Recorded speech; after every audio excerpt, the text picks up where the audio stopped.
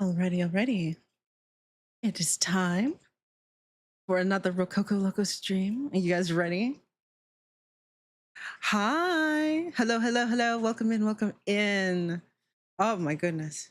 I have been waiting for this for a while now. um my brain's like ASMR and my mind's immediately like, let me be as fucking loud as possible. Hi, welcome in. It's gonna be quiet today. It's gonna be relatively quiet today. Yeah, 200 followers celebration. Isn't this amazing? I think it's fantastic. Oh, there's Philip. Welcome in, Philip. Hi. We are gonna do roll call real quick. First and foremost, number one today is Nick Knack. Welcome in, Nick Knack. Hi. Hello. Hi, Mari. I know that you're lurking, modding as per usual. Hi, Mooney. Also on stream right now. Hello, Kiri. 72 cups of tea. That's crazy. Hello, Star. Hi. Welcome in. We are going to be celebrating 200 followers. I just wanted to say thank you. It's kind of crazy that there's 200 followers now. It's kind of crazy. But you know, it's really wild. No, you can't pipe me today. No, because we're keeping things chill. We're keeping things low key. Yeah. I hope you guys like the setup. I have a little bit more stuff. I just noticed that my comments are not showing up on my thingy. Hold on.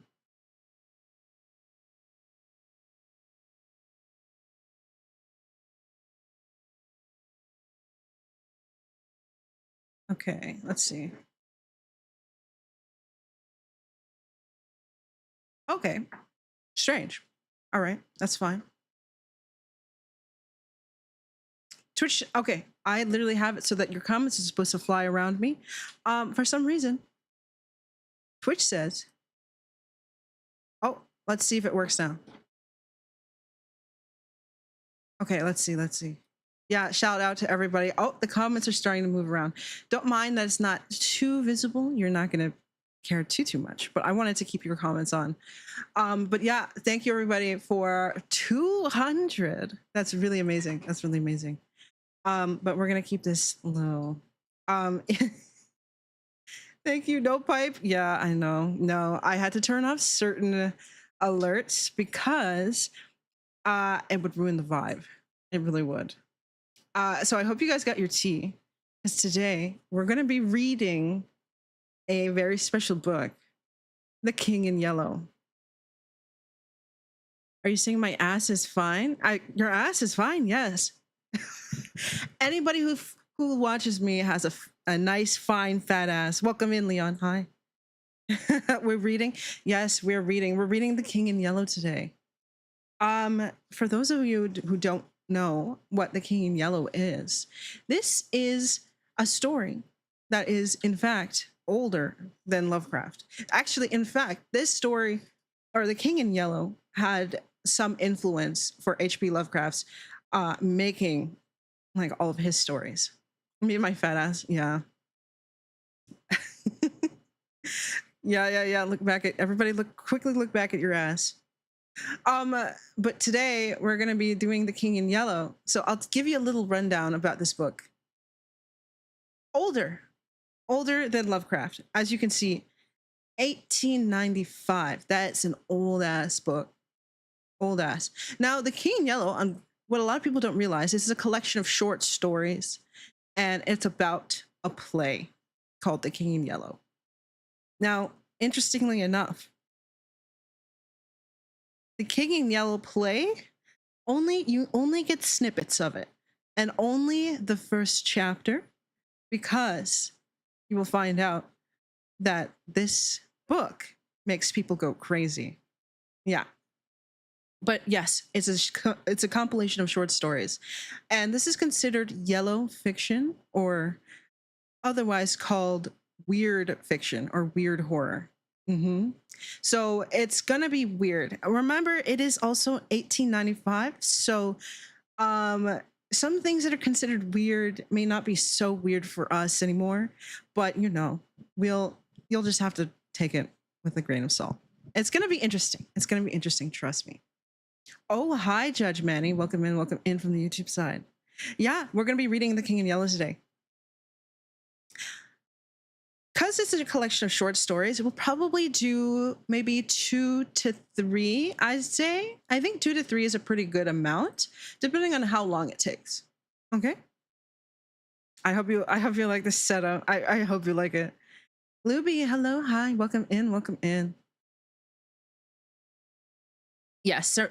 Thank you for pitting that. Yes, certain rewards will not be available today. There will not be sound alerts, things like that, because I don't want to ruin the vibe. So we're gonna have an ad in about a minute, and I think after the ad we're gonna start.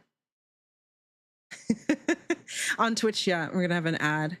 How am I? I'm doing good. I'm doing good. I'm very excited. I have not done an ASMR stream before, and by ASMR it just means I'm gonna be talking to you really softly, and we're gonna be reading. Trying to keep it chill. I hope that you guys would tell me how much you like this. as it goes on, I hope you guys tell me how much you like it. Thank you for the unshrimp reminder. You guys didn't hear any notifications for that, right? I think I turned it off. She came in the basement and took my pipe just for today. But ad's gonna start. Make sure you grab your tea, make sure you guys stretch, you get nice and cozy. It's fucking hot outside.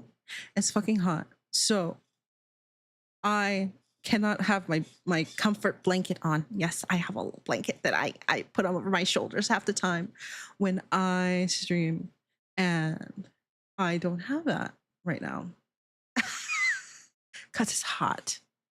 Yeah, no sounds. Do you guys want the background music? Like, I'm gonna put the music down low. Hold on. Just to kind of fill up the back, but I don't know. Sorry, YouTube, you don't get any music for now. Just wait. But if you guys would rather it just be gone, just let me know, and then I could turn it off. But yeah, I'm so excited. I'm trying to not screech in your ear right now. I'm trying not to screech. I'm trying not to screech in your ear right now because you know how I be on here. I didn't introduce myself. I did not. I went for a lo-fi chill hot one, and I went for the melancholic album. When the ads are done, I will introduce myself and we will get started. Yes, make sure you guys have tea. I made my tea extra big today. I already have like fucking 12 ounces of tea usually every time. We're going for 16 ounces, baby. 16 fucking ounces. Oh, is the phase back? Give it a few more seconds. Let me introduce myself real quick before we begin. Yeah, get tea, get cozy while you can, and it's not blazing hot. It is I, RococoLoco, your Rococopunk space elf anthropologist, here to study human beings through their media like video games, TTRPGs, and so much more. And today we're reading The King in Yellow.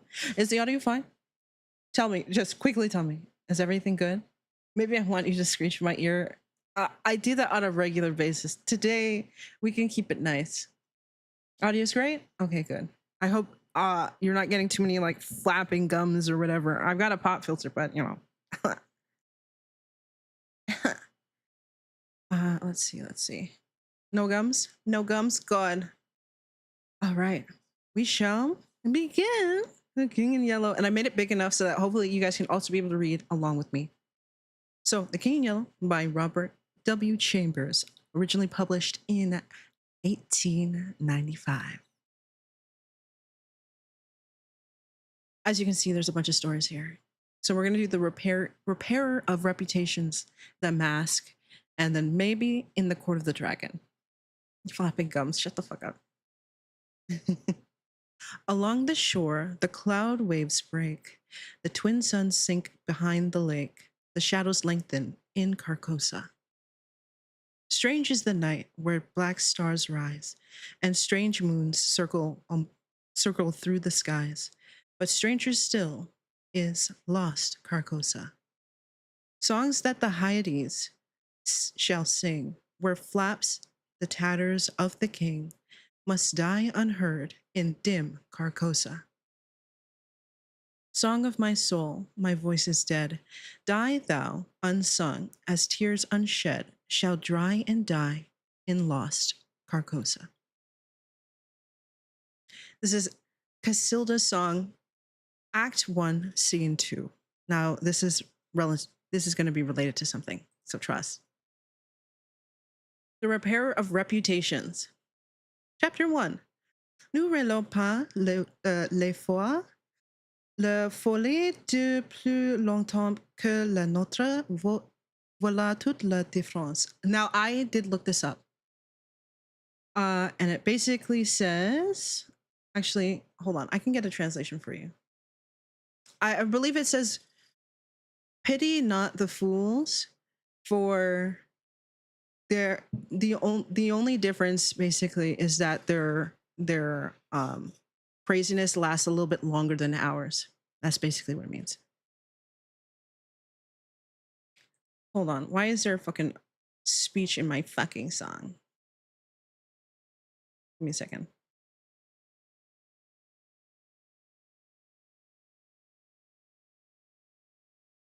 I don't want any fucking voices. Hi, Jim.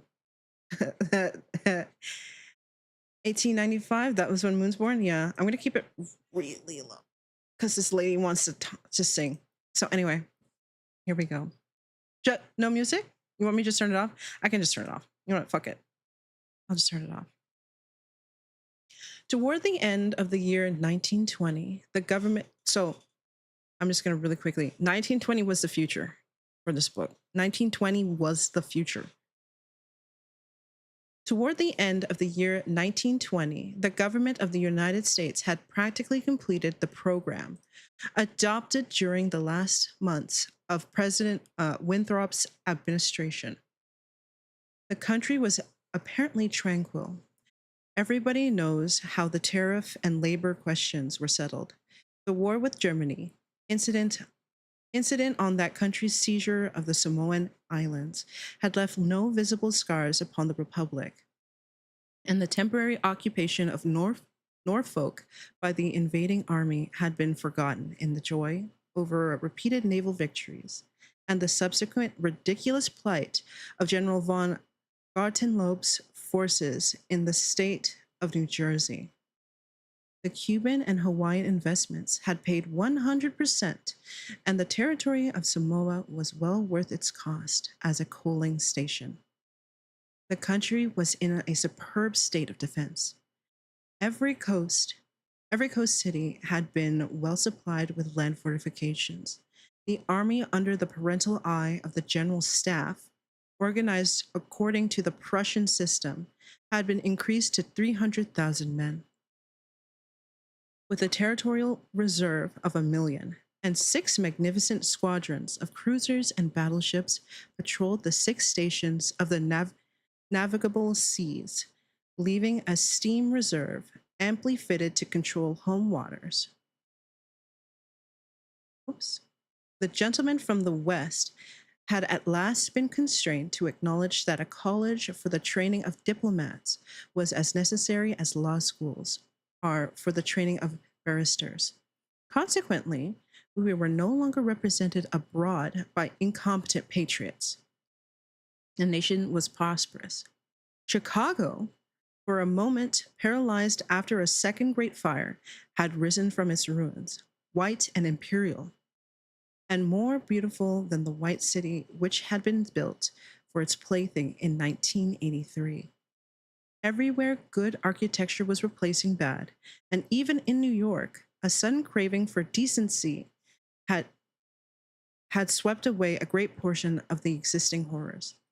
Streets had been widened, properly paved and lighted.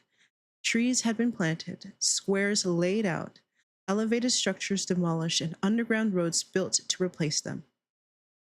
The new government buildings and barracks were fine bits of architecture, and the long system of stone quays, which completely surrounded the island, had been turned into parks, which proved a godsend to the population. The subsidizing of the state theater and state opera brought its own reward. United States National Academy of Design was much like European institutions of the same kind. Nobody envied the Secretary of Fine Arts, either his cabinet position or his portfolio. The Secretary of Forestry and Game Preservation had a much easier time thanks to the new system of national mounted police. We had profited well by the latest treaties with France and England, the exclusion of foreign-born Jews as a measure of self-preservation, the settlement of the new independent Negro state of Sunni, the checking of immigration, the new laws concerning naturalization, and the grand centralization of power in the executive all contributed to national calm and prosperity. Sorry, give me a second. When the government solved the Indian problem and squadrons of Indian cavalry scouts in native costume were submitted for the pitiable organizations tacked on the tail of skeletalized regiments by a former Secretary of War, the nation drew a long sigh of relief. Pause. Okay, sorry. Again, you can see its age real quick. You can see its age. Hello, Rin. Hi, welcome in. When, after the colossal congress of religions, bigotry and intolerance were laid in their graves, and kindness and charity began to draw warring sects together, many thought the millennium had arrived. At least in the New World, which, after all, is a world by itself. But self-preservation is the first law, and the United States had to look on in helpless sorrow as Germany, Italy, Spain, and Belgium writhed in the throes of anarchy, while Russia, watching from the Caucasus, stooped and bound them one by one. In the city of New York, the summer of 1899 was signalized by the dismantling of the elevated railroads. The summer of 1900 will live in the memories of New York people for many a cycle. The Dodge statue was removed in that year. In the following winter began the agitation for the repeal of the laws prohibiting suicide, which bore its final fruit in the month of April 1920, when the first government lethal chamber was opened on Washington Square. I had walked down that day from Dr. Archer's house on Madison Avenue, where I had been as a mere formality. Ever since that fall from my horse 4 years before, I had been troubled at times with pains in in the back of my head and neck. But now, for months, they had been absent, and the doctor sent me away that day saying there was nothing more to be cured in me. It was hardly worth the fee to be told that. I knew it myself. Still, I did not grudge him the money. What I minded was the mistake which he made at first. When they picked me up from the pavement where I lay unconscious, and somebody had mercifully sent a bullet through my horse's head, I was carried to Dr. Archer, and he, pronouncing my brain affected, placed me in his private asylum where I was obliged to endure treatment for insanity. At least he decided that I was well, and I, knowing that my mind had always been as sound as his, if not sonder, paid my tuition, as he jokingly called it, and left. I told him, smiling, that I would get even with him for his mistake, and he laughed heartily and asked me to call him once in a while. I did so, hoping for a chance to even up accounts, but he gave me none, and I told him I would wait. The fall from my horse had fortunately left no evil results. On the contrary, it changed my whole character for the better. From a lazy young man about town, I became active, energetic, temperate, and above all else, ambitious. There was only one thing which troubled me. I laughed at my own uneasiness, and yet it troubled me. During my convalescence, I had bought and read for the first time The King in Yellow. I remember after finishing the first act that it occurred to me that I had better stop. I started up and flung the book into the fireplace. The volume struck the barred gate and fell upon the hearth in the firelight. Hello, Marlon. If I had not caught a glimpse of the opening words in the second act, I should have never have finished it. But as I stooped to pick it up, my eyes became riveted to the open page, and with a cry of terror, or perhaps it was of joy, so poignant that I suffered in every nerve, I snatched the thing out of the coals and crept shaking to my bedroom, where I read it and reread it, and wept and laughed and trembled with a horror which at times assails me yet. This is the thing that troubles me. For I cannot forget Carcosa, where black stars hang in the heavens, where the shadows of men's thoughts lengthen in the afternoon, when the twin suns sink into the lake of Hali, and my mind will bear forever the memory of the pallid mask. I pray God will curse the writer, as the writer has cursed the world with this beautiful, stupendous creation, terrible in its simplicity, irresistible in its truth. A world which now trembles before the King in Yellow. When the French government seized the translated copies, which had just arrived in Paris, London, of course, became eager to read it. It is well known how the book spread like an infectious disease from city to city, from continent to continent, barred out here, confiscated there, denounced by press and pulpit, censored even by the most advanced of literary anarchists. Sorry. No definite principles had been violated in those wicked pages. No doctrine promulgated, no convictions outraged. It could not be judged by any known standard, yet, although it was acknowledged that the supreme note of art had been struck in The King in Yellow, all felt that human nature could not bear the strain, nor thrive on words in which the essence of purest poison lurked. The very banality and innocence of the first act only allowed the blow to fall afterward with more awful effect. It was, I remember, the 13th day of April, 1920, that the first government lethal chamber was established on the south side of Washington Square, between Wooster Street and South Fifth Avenue. The block, which had formerly consisted of a lot of shabby old buildings used as cafes and restaurants for foreigners, had been acquired by the government in the winter of 1898. The French and Italian cafes and restaurants were torn down. The whole block was enclosed by a gilded iron railing and converted into a lovely garden, with lawns, flowers, and fountains. In the center of the garden stood a small, white building, severely classical in architecture and surrounded by thickets of flowers. 6 Ionic columns supported the roof, and the single door was of bronze. A splendid marble group of the Fates stood before the door, the work of a young American sculptor, Boris Yain, who had died in Paris when only 23 years old. The inauguration ceremonies were in progress as I crossed University Place and entered the square.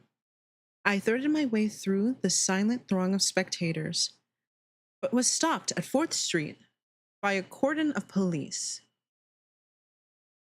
Thank you, Marlon. Make sure you rest up, okay? A regiment of United States Lancers were drawn up in a hollow square around the lethal chamber.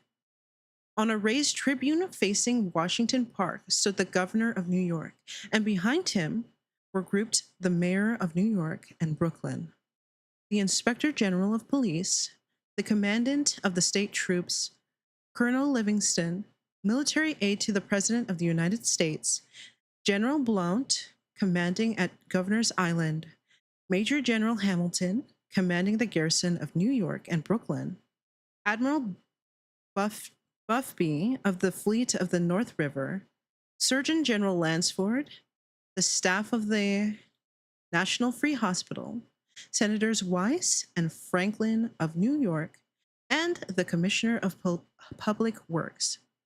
The tribune was surrounded by a squadron of hussars of the National Guard. The governor was finishing his reply to the short speech of the Surgeon General. I heard him say, "The laws prohibiting suicide and providing punishment for any attempt at self-destruction have been repealed. The government has seen fit to acknowledge the right of a man to end an existence which may have become intolerable to him through physical suffering or mental despair. It is believed that the community will be benefited by the removal of such people from their midst." Since the passage of this law, the number of suicides in the United States has not increased. Now, the government has determined to establish a lethal chamber in every city, town, and village in the country. It remains to be seen whether or not the class of human creatures from whose desponding ranks new victims of self-destruction fall daily will accept the relief thus provided. He paused and turned to the white lethal chamber. The silence in the street was absolute. There a painless death awaits him who can no longer bear the sorrows of his life. If death is welcome, let him seek it there.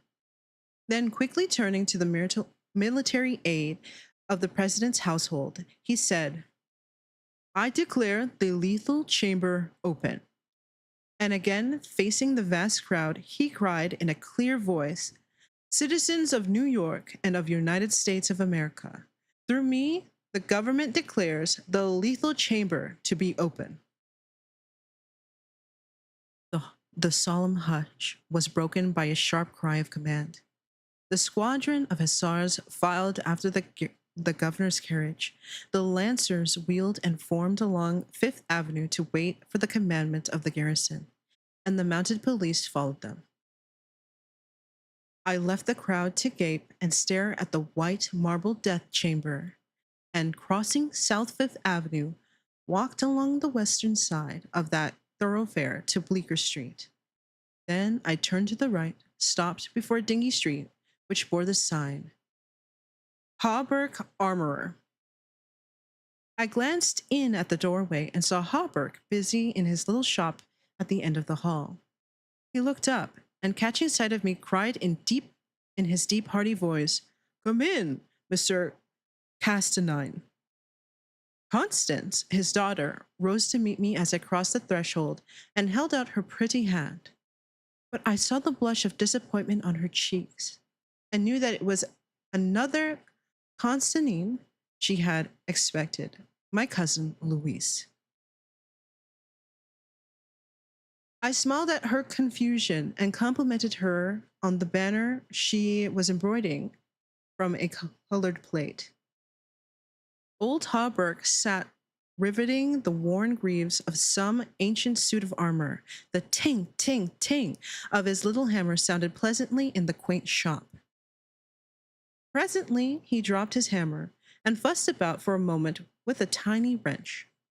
The soft clash of the mail sent a thrill of pleasure through me. I loved to hear the music of steel brushing against steel, the mellow shock of the mallet on thigh pieces, and the jingle of chain armor. That was the only reason I went to see Hawberk. He had never interested me personally, nor did Constance, except for the fact of her being in love with Louis.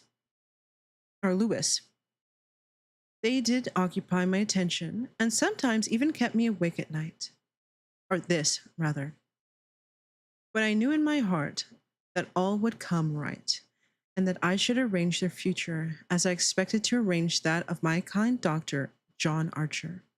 However, I should have never have troubled myself about visiting them just then, had it not been, as I say, that the music of the tinking hammer had for me this strong fascination. I would sit for hours, listening and listening, and when a stray sunbeam struck the inlaid steel, then the sensation it gave me was almost too keen to endure.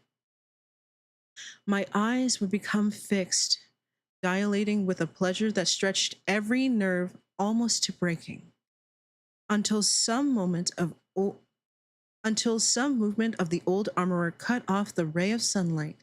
Then, still thrilling secretly, I leaned back and listened again to the sound of the polishing rag, swish, swish, rubbing rust from the rivets. Constance worked with the embroidery over her knees, and now then pausing to examine more closely the pattern in the colored plate from the Metropolitan Museum. What is this for? Who is this for? I asked. Hauberg explained that in addition to the treasurers of armor in the Metropolitan Museum, of which he had been appointed armorer, he also had charge of several collections belonging to rich amateurs. This was the missing greave of a famous suit which a client of his had traced to a little shop in Paris on the Quai d'Orsay. Sorry. He, Hauberg, had negotiated for and secured the greave, and now the suit was complete. He laid down his hammer and read me the history of the suit, traced since 1450 from owner to owner until it was acquired by Thomas Stainbridge. When his superb collection was sold, the client of Hauberg's brought the suit, and since then the search for the missing greave had been pushed until it was, almost by accident, located in Paris. Did you continue the search so persistently without any certainty of the greave being still in existence? I demanded. Of course, he replied coolly. Then, for the first time, I took personal interest in Hauberg. It was worth something to you, I ventured. No, he replied, laughing. My pleasure in finding it was my reward. Have you no ambition to be rich? I asked, smiling. My one ambition is to be the best armorer in the world, he answered gravely. Constance asked me if I had seen the ceremonies at the lethal chamber. She herself had noticed cavalry passing up Broadway that morning and had wished to see the inauguration, but her father wanted the banner finished, and she had stayed at his request. Did you see your cousin, Mr.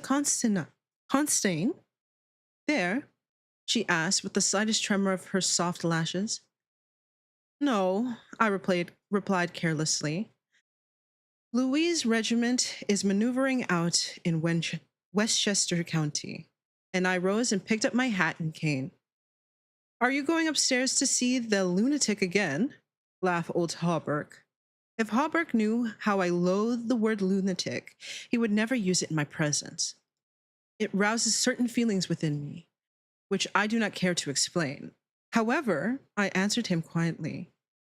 I think I shall drop in and see Mr. Wilde for a moment or two. Poor fellow, said Constance, with a shake of her head. It must be hard to live alone year after year, poor, crippled, and almost demented. It is very good of you, Mr. Constantine, to visit him as often as you do. I think he is vicious, observed Hauberg, beginning again with his hammer. I listened to the golden tinkle of the greaves plate. When he had finished, I replied, No, he is not vicious, nor is he the least demented. His mind is a wonder chamber, from which he can extract treasures that you and I would give our lives, years of our lives, to acquire. Hauberg laughed. I continued a little impatiently. He knows history as no one else could know it. Nothing, however trivial, escapes his search, and his memory is so absolute, so precise in details, that were it known in New York that such a man existed, the people could not honor him enough. Nonsense, muttered Hawberk, searching on the floor for a fallen rivet. Is it nonsense? I asked, managing to suppress what I felt. Is it nonsense when he says that the tassets and cuissards of the enameled suit of armor commonly known as the Prince's Emblazoned can be found among a mass of rusty theatrical properties, broken stoves, and rag pickers' refuse in a garret in Pell Street? Hawberk's hammer fell to the ground, but he picked it up and asked, with a great deal of calm, how I knew that the tassets and left cuissard was missing from the Prince's Emblazoned. I did not know until Mr. Wilde mentioned it to me the other day. He said they were in the garret of 998 Pell Street. Nonsense, he cried. But I noticed his hand trembling under his leathern apron. Is it nonsense, too? I asked pleasantly. Is it nonsense when Mr. Wilde continually speaks of you as the Marquise of Avonshire and of Miss Constance? I did not finish, for Constance had stared to her feet with terror written on every feature. Hawberk looked at me and slowly smoothed his leather apron. That is impossible, he observed. Mr. Wilde may know a great many things. About armor, for instance, and the Prince's Emblazoned, I interposed, smiling. Yes, he continued slowly. About armor also. Maybe, but he is wrong in regard of the Marquis of Avonshire, who, as you know, killed his wife's traducer years ago and went to Australia, where he did not long survive his wife. We're experiencing an ad break, so we're going to take a little break. I'm going to have a sip of my tea. I've been taking little sips of my tea as I've been going on.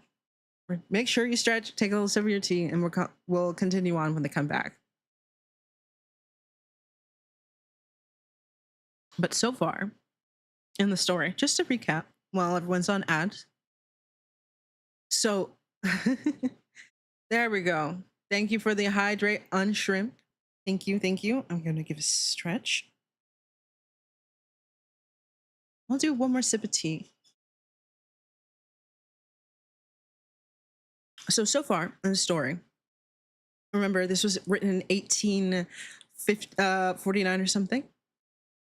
If I pass out, I just want to let you know this is so good and you're doing great. Keep shining. Thank you. Thank you, Kiri. But as a quick recap, in the future that is 1920, in the future of 1920, this is written when Moon was little, yes. They had created the first legal euthanasia chamber, publicly available euthanasia chamber that was just outside in a little garden, and they were putting them in every city so that if you wished to commit end life, you could do so easy, accessibly, and in one place. And so that was a big stir. That was a big point of contention. And, you know, at 1849, this was like such an idea, a revolutionary, very controversial idea to have, right? But here we are. Here we are. You saw a little bit of the poem. Now note, as I said, the first part of the poem of The King in Yellow, or the play rather, does not do anything. It does not do anything to you other than stir up interest. But the real danger happens when you get to the second, part 2 of the play. That's the second act. That's when things get so bad that even people who are literally anarchists, who say there should be no banned books, said that this play was so dangerous that even that could not be shared. Welcome back, Phase from the ads. I think we're going to continue, yeah? Mr. Wilde is wrong, murmured Constance. Oh, shit. Whoops, I said her. Mr. Wilde is wrong, murmured Constance. Her lips were blanched, but her voice was sweet and calm. Let us agree, if you please, that in this one circumstance, Mr. Wilde is wrong, I said. Part 2. I climbed the 3 dilapidated steps of stairs, which I had so often climbed before, and knocked at a small door at the end of the corridor. Mr. Wilde opened the door, and I walked in. He had double-locked the door and pushed a heavy chest against it. He came and sat down beside me, peering into my face with his little light-colored eyes. Half a dozen new scratches covered his nose, cheeks, and the silver wires which supported his artificial ears had become displaced. I thought I had never seen him so hideously fascinating. He had no ears. The artificial ones, which now stood out at an angle from the fine wire, were his one weakness. They were made of wax and painted a shell pink, but the rest of his face was yellow. He might better have reveled in the luxury of some artificial fingers for his left hand, which was absolutely fingerless. But it seemed to cause him no convenience, and he was satisfied with his wax ears. He was very small, scarcely higher than a child of 10, but his arms were magnificently developed and his thighs as thick as any athlete's. Still, the most remarkable thing about Mr. Wilde was that a man of his marvelous intelligence and knowledge should have such a head. It was flat and pointed, like the heads of many of those unfortunates whom people imprison in asylums for the weak-minded. Many called him insane, but I knew him to be as sane as I was. I could not deny that he was eccentric. The mania he had for keeping that cat and teasing her until she flew at his face like a demon was certainly eccentric. I never could understand why he kept the creature, nor what pleasure he found in shutting himself up in his room with this surly, vicious beast. I remember once glancing up from the manuscript I was studying by the light of some tallow tips, when seeing Mr. Wilde squatting motionless on his high chair, his eyes fairly blazing with excitement, while the cat, which had risen from her place before the stove, came creeping across the floor right at him. Before I could move, she flattened her belly to the ground, crouched, trembled, and sprung into his face. Howling and foaming, they rolled over and over on the floor, scratching and clawing, until the cat screamed and fled under the cabinet, and Mr. Wilde turned over on his back, his limbs contracting and curling up like the legs of a dying spider. He was eccentric. Mr. Wilde had climbed into his high chair and, after studying my face, picked up a dog-eared ledger and opened it.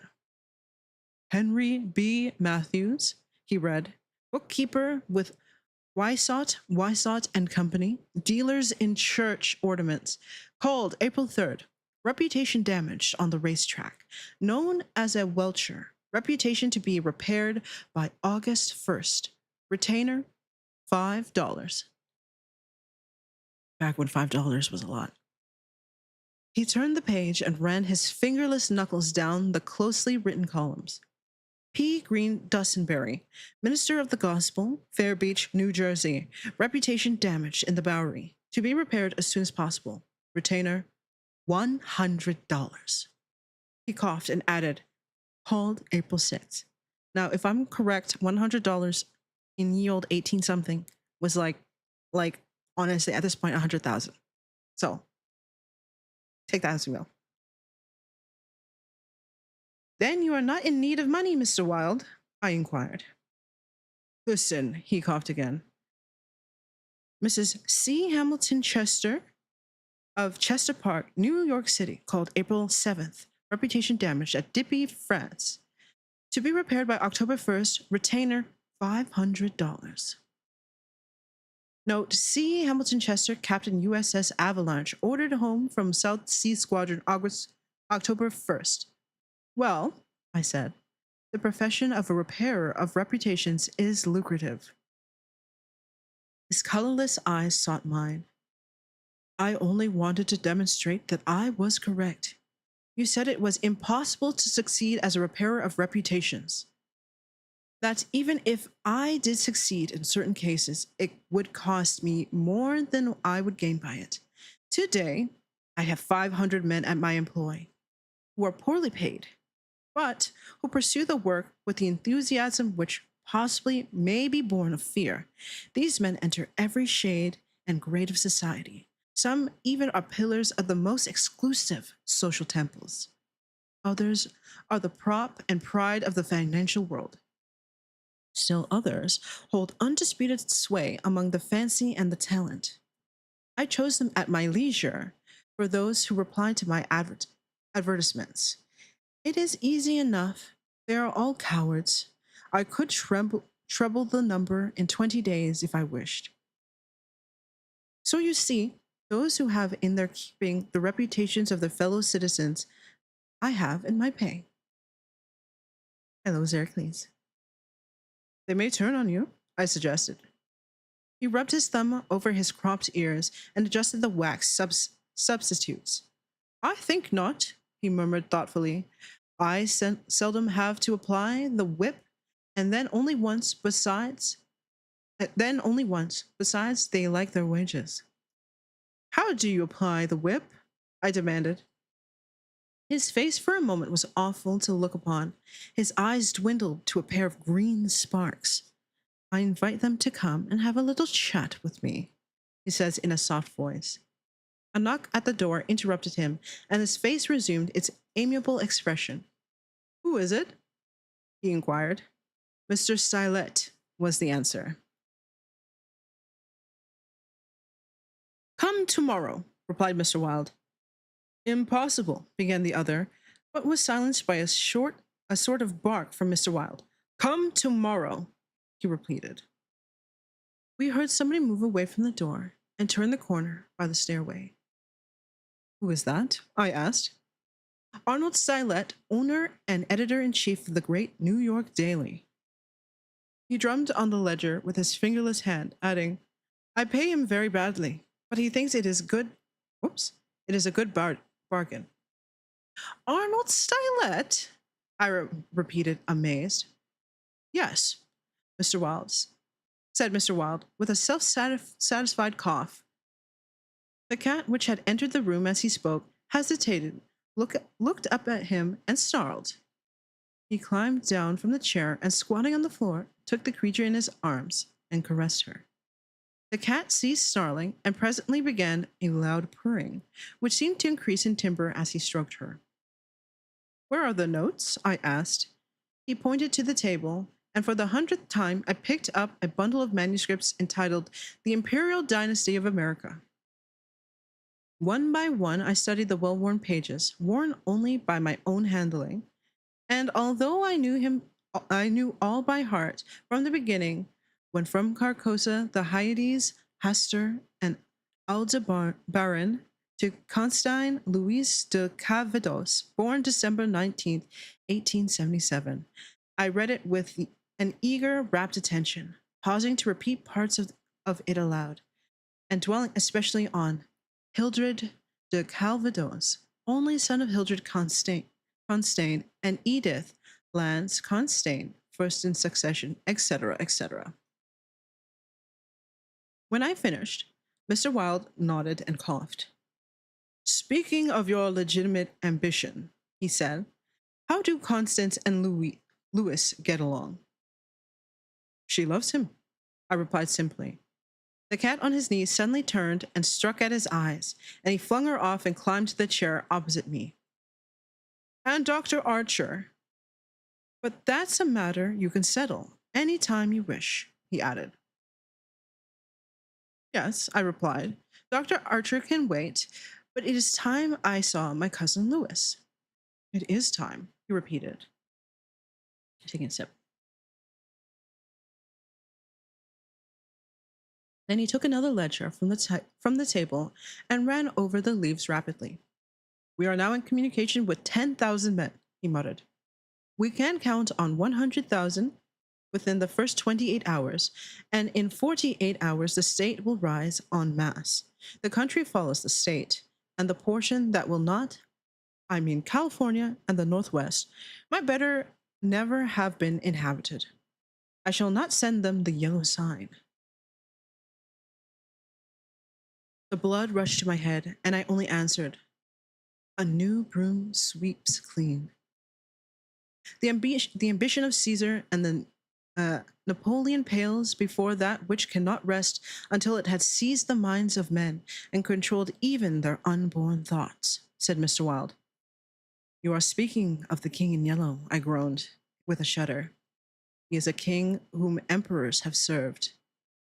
I am content to serve him, I replied. Mr. Wilde sat rubbing his ears with his crippled hand. Perhaps Constance does not love him, he suggested. I started to reply, but a sudden burst of military music from the street below drowned my voice. The 17th Dragoon Regiment, formerly in garrison at Mount St. Vincent, was returning from the maneuvers in Westchester County. It is new barracks on East Washington Square, or to its. It was my cousin's regiment. They were a fine lot of fellows in their pale blue, tight-fitting jackets, jaunty busbies, and white riding breeches with a double yellow stripe, into which their limbs seemed molded. Every other squadron was armed with lances, from the metal points of which fluttered yellow and white pennons. The band passed, playing the regimental march, and came to the colonel and staff, the horses crowding and trampling, while their heads bobbed in unison. And the pennons fluttered from their lance points. The troopers, who rode with the beautiful English seat, looked brown as berries from their bloodless campaign among the farms of Westchester. And the music of their sabers against the stirrups, and the jingle of spurs, and the carbines were delightful to me. I saw Louis riding with the squadron. He was as handsome an officer as I have ever seen. Mr. Wilde, who had mounted a chair by the window, saw him too, but said nothing. Louis turned and looked straight at Hawberk's shop as he passed, and I could see the flush on his brown cheeks. I think Constance must have been at the window. When the last troopers had clattered by and the last pennons vanished into South Fifth Avenue, Mr. Wilde clambered out of his chair and dragged the chest away from the door. Yes, he said, it is time that you saw your cousin Louis. He unlocked the door, and I picked up my hat and stick and stepped into the corridor. The stairs were dark. Groping about, I set my foot on something soft, which snarled and spit, and I aimed a murderous blow at the cat, but my cane shivered to splinters against the balustrade, and the beast scurried back into Mr. Wilde's room. Okay, bro, trying to hit the cat. That's kind of crazy. Passing Hawberk's door again, I saw him at work. I saw him still at work on the armor, but I did not stop, and stepping out into Bleecker Street, I followed it to Wooster, skirted the grounds of the Lethal Chamber, and crossed Washington Park, and went straight to my rooms in the Benedict. Here I lunched comfortably, read the Herald and the Meteor, and finally went to the steel safe in my bedroom and set the time combination. The 3 3/4 minutes, which it is necessary to wait while the time lock is opening, are to me my golden moments. From the instant I set the combination to the moment when I grasped the knob and swung back the solid steel doors, I live in an ecstasy of expectation. These moments must be like the moments passed in paradise. I know what I am to find at the end of the time limit. I know what the massive safe holds secure for me alone. And the exquisite pleasure of waiting is hardly enhanced when the safe opens, and I lift, from its velvet crown, a diadem of purest gold blazing with diamonds. I do this every day, and yet the joy of waiting and at last touching again the diadem only seems to increase as the days pass. It is a diadem fit for a king among kings, an emperor among emperors. The king in yellow might scorn it, but it shall be worn by his royal servant. I held it in my arms until the alarm in the safe rang harshly, and then tenderly, proudly, I replaced it and shut the steel doors. I walked slowly back into my study, which faces Washington Square, and leaned on the windowsill. The afternoon sun poured into my windows, and a gentle breeze stirred the branches of the elms and maples in the park, now covered with buds and tender foliage. A flock of pigeons circled about the tower of the memorial church, sometimes alighting on the purple tiled roof, sometimes wheeling downward to the Lotto's fountains in front of the marble arch. The gardeners were busy with the flower beds around the fountain, and the freshly turned earth smelled sweet and spicy. A lawnmower, drawn by a fat white horse, clinked across the green sward, and watering carts poured showers of spray over the asphalt drives.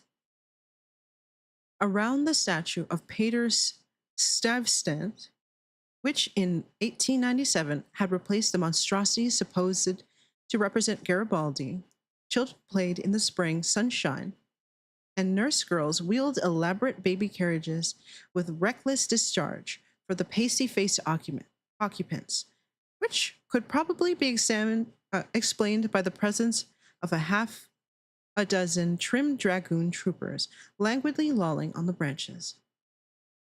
Through the trees, the Washington Memorial Arch glistened like silver in the sunshine, and beyond, on the eastern extremity of the square, with the gray stone barracks of the dragoons, and the white granite artillery stables were alive with color and motion. I looked at the lethal chamber on the corner of the square opposite. A few curious people still lingered about the gilded iron railing, but inside the grounds, the path were deserted. I watched the fountains ripple and sparkle. The sparrows had already found this new bathing nook, and the basins were covered with dusty, feathered little things. 2 or 3 white peacocks picked their way across the lawns, and a drab-colored pigeon sat so motionless on the arm of one of the fates it had seemed to be part of the sculptured stone. As I was turning carelessly away, a slight commotion in the group of curious loiterers around the gates attracted my attention. A young man had entered and was advancing with nervous strides along the gravel path which leads to the bronze doors of the lethal chamber.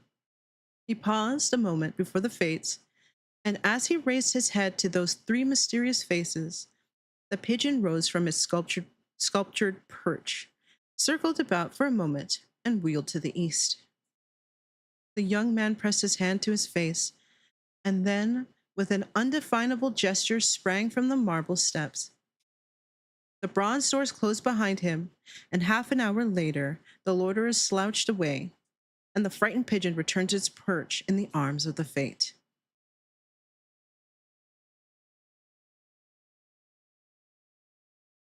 I put on my hat and went into the park for a little walk before dinner. As I crossed the central driveway, a group of officers passed, and one of them called out, "Hello, Hildred," and came back to shake hands with me. It was my cousin Louis, who stood smiling and tapping his spurred heels with his riding whip. "Just back from Westchester," he said. "Been doing the bucolic, milk and curds, you know, dairy maids and sunbonnets who say, hello, heyo, and I don't think when you tell them that they're pretty, wow. I'm nearly dead for a square meal at Del Moncion's. What's the news?" "There is none," I said pleasantly. "I saw your regiment coming in this morning." "Did you? I didn't see you." "Where were you?" "In Mr. Wild's window." "Oh, hell. he began impatiently. That man is stark mad. I don't understand why you. He saw how annoyed I felt by his outburst and begged my pardon. Really, old chap, he said, I don't mean to run down a man you like, but for the life of me, I can't see why the deuce you find in common. What the deuce you find in common with Mr. Wilde? He's not well bred, to put it generously. He is hideously deformed. His head is the head of a criminally insane person. You know yourself he's been in an asylum. So have I interrupted calmly.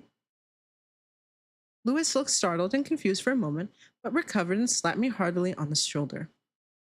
You were completely cured, he began, but I stopped him again. I suppose you mean that I was simply acknowledged never to have been insane. Of course, that's what I meant, he laughed.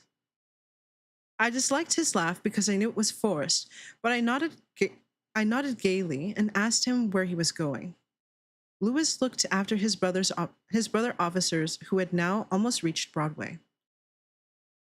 We had intended to sample a Brunswick cocktail, but to tell you the truth, I was anxious for an excuse to go and see a Hawberk instead. Come along, I'll make you my excuse.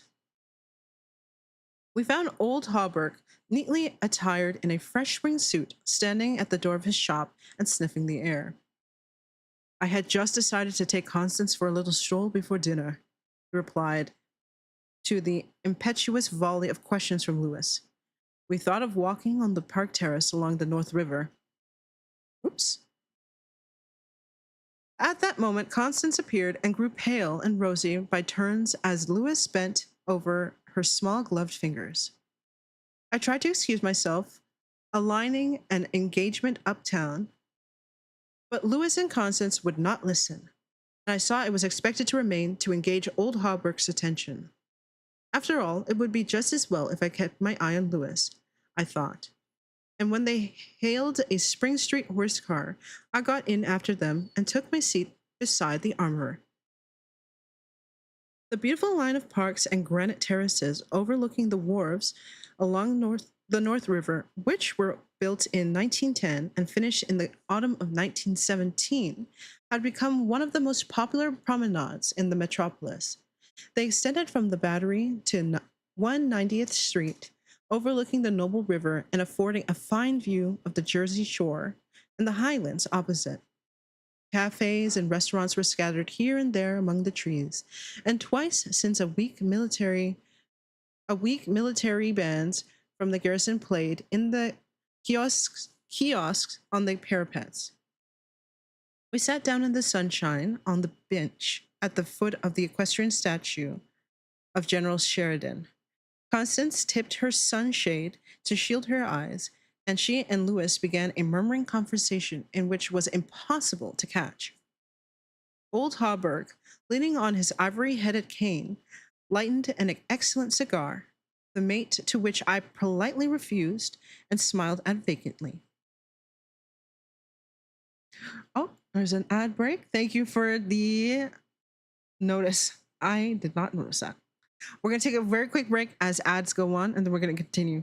But very interesting, very interesting. So we see there is romance between Constance and Louis, and a really weird crown in a safe. This guy, I'm not even going to say, but I don't know, he's like sexually excited by the sound of a tinging and metal banging. It's very interesting.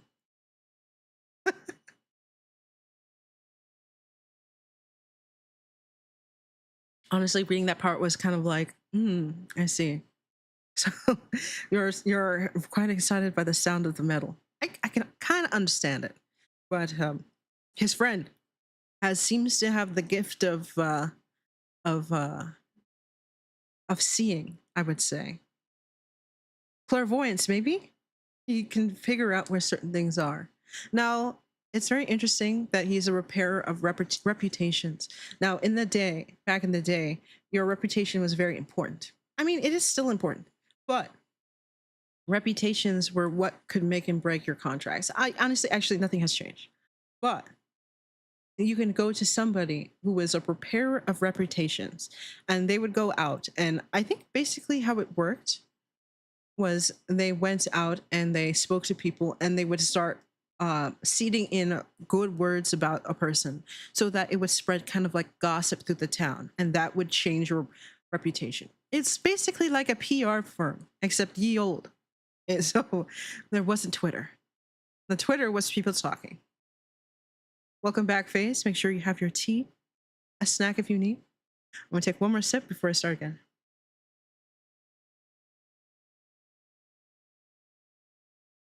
The sun hung low above the Staten Island woods, Staten, sorry, and the bay was dyed with golden hues reflected from the sun-warmed sails of the shipping in the harbor. Brigs, schooners, yachts, clumsy ferry boats, their decks swarming with people, transporters. Railroad transports carrying lines of brown, blue, and white freight cars, stately sound steamers, declassed tramp steamers, coasters, dredgers, scows, and everywhere, pervading the entire bay, impudent little tugs, puffing and whistling officiously. Yes, we were using big words because they loved big words back then. These were the craft which churned the sunlight waters as far as the eye could reach. In calm contrast to the hurry of sailing vessels and steamer, a silent fleet of white warships lay motionless in midstream. Constance's merry laugh aroused me from my reverie. "What are you staring at?" she inquired. Oh, I just got a note that the break started. I think it's a little bit off, isn't it? I will continue. I think I will continue. "What are you staring at?" she inquired. "Nothing. The fleet." I smiled. Then Lewis told us what the vessels were, pointing out each by its relative position to the old red fort on Governor's Island. "That little cigar-shaped thing is a torpedo boat," he explained. There are 4 more lying close together. They are the Tarpon, the Falcon, the Sea Fox, and the Octopus. The gunboats just above are the Princeton, the Chaplin, the Stillwater, and the Erie. Next to them lie the cruisers Farragut and Los Angeles, and above them the battleships California and Dakota, and the Washington, which is the flagship. Those 2 squat-looking chunks of metal, which are anchored there off Castle William, are the double-turreted monitors, terrible and magnificent. Behind them lies the ram Osceola. Oh, sorry if I pronounced that wrong. Constance looked at him with deep approval in her beautiful eyes. "What loads of things you know for a soldier," she said, and we all joined in the laugh which followed. Presently, Lewis rose with a nod to us and offered his arm to Constance, and they strolled away along the river wall. Halberg watched them for a moment and then turned to me. "Mr. Wilde was right," he said. "I have found the missing tassets and left cuirass of the princes emblazoned in the vile old junk garret in Pell Street." 998, I inquired with a smile. "Yes."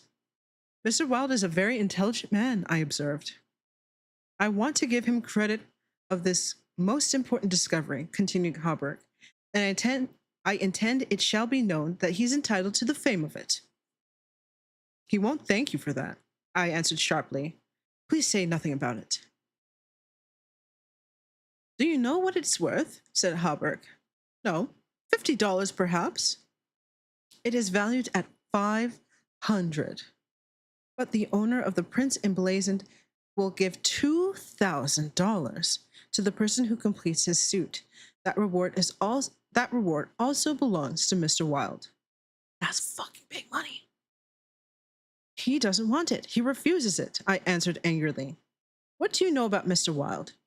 He doesn't need the money. He is rich, or will be, richer than any living man except myself. What will we care for money then? What will we care? He and I, when, when what? Demanded Halbrook, astonished. You will see, I replied, on my guard again. He looked at me narrowly, which, as Dr. Archer used to, and I knew he thought I was mentally unsound. Perhaps it was fortunate for him that he did not use the word lunatic just then. No, I replied to his unspoken thought.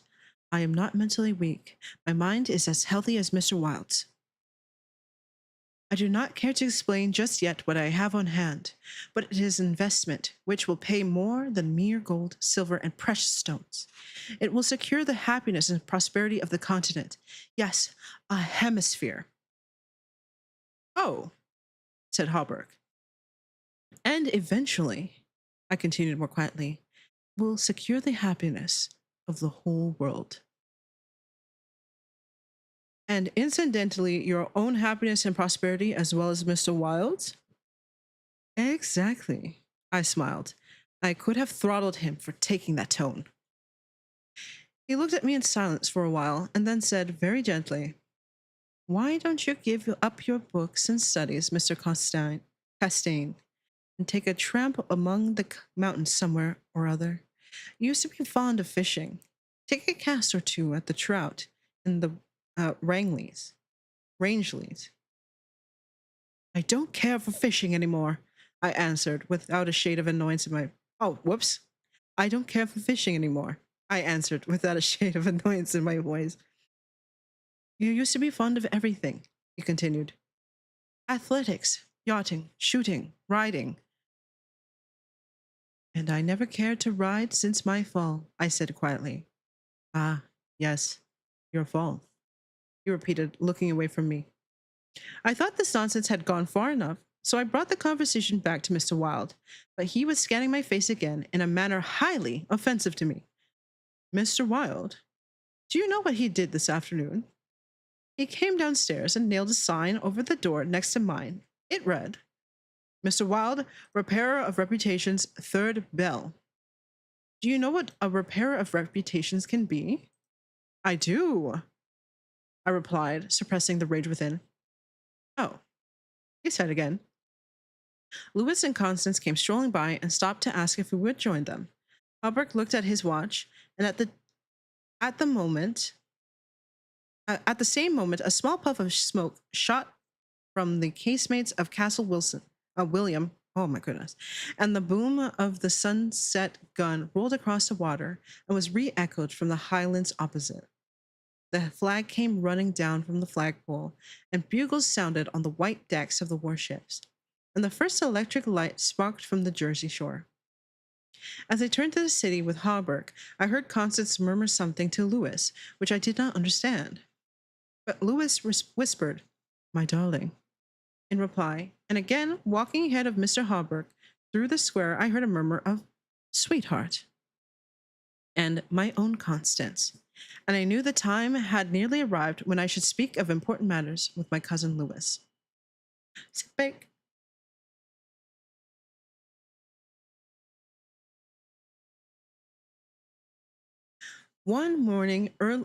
Part 3.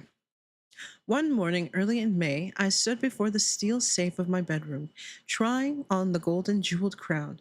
The diamonds flashed fire as I turned to the mirror, and the heavy beaten gold burned like a halo above my head. I remembered Camilla's agonized scream and the awful words echoing through the dim streets of Carcosa. They were the last lines of the first act, and I dared not think of what followed. Dared not. Even in the spring sunshine, there in my own room, surrounded with familiar objects, reassured by the bustle from the street and the voices of the servants in the hallway outside. For those poisoned words had dropped slowly into my heart, as death sweat drops upon a bed sheet and is absorbed. Trembling, I put the diadem from my head and wiped my forehead. But I thought of Hastur and of my own rightful ambition, and I remembered Mr. Wilde as I had last left him, his face all torn and bloody from the claws of that devil's creature, and what he said. Ah, what he said. The alarm bell in the safe began to whir harshly, and I knew my time was up, but I would not heed to it. And replacing the flashing circlet upon my head, I turned defiantly to the mirror. I stood for a long time, absorbed in the changing expression of my own eyes. The mirror reflected a face which was like my own, but whiter, and so thin that I hardly recognized it. And all the time I kept repeating between my clenched teeth, "The day has come, the day has come," while the alarm in my safe whirred and clamored, and the diamond sparkled and flamed above my brow. I heard a door open, but I did not heed it. It was only when I saw two faces in the mirror. It was only when another face rose over my shoulder, and the two other eyes met mine. I wheeled like a flash and seized a long knife from my dressing table, and my cousin sprang back, very pale, crying, "Hildred, for God's sake!" Then, as my hand fell, he said, "It is I, Lewis. Don't you know me?" I stood silent. I could not have spoken for my life. He walked up to me and took the knife from my hand. "What is all this?" he inquired in a gentle voice. "Are you ill?" "No," I replied, but I doubt if he heard me. Come, come, old fellow, take off that brass crown and toddle into the study. Are you going to a masquerade? What's all this theatrical tinsel anyway?"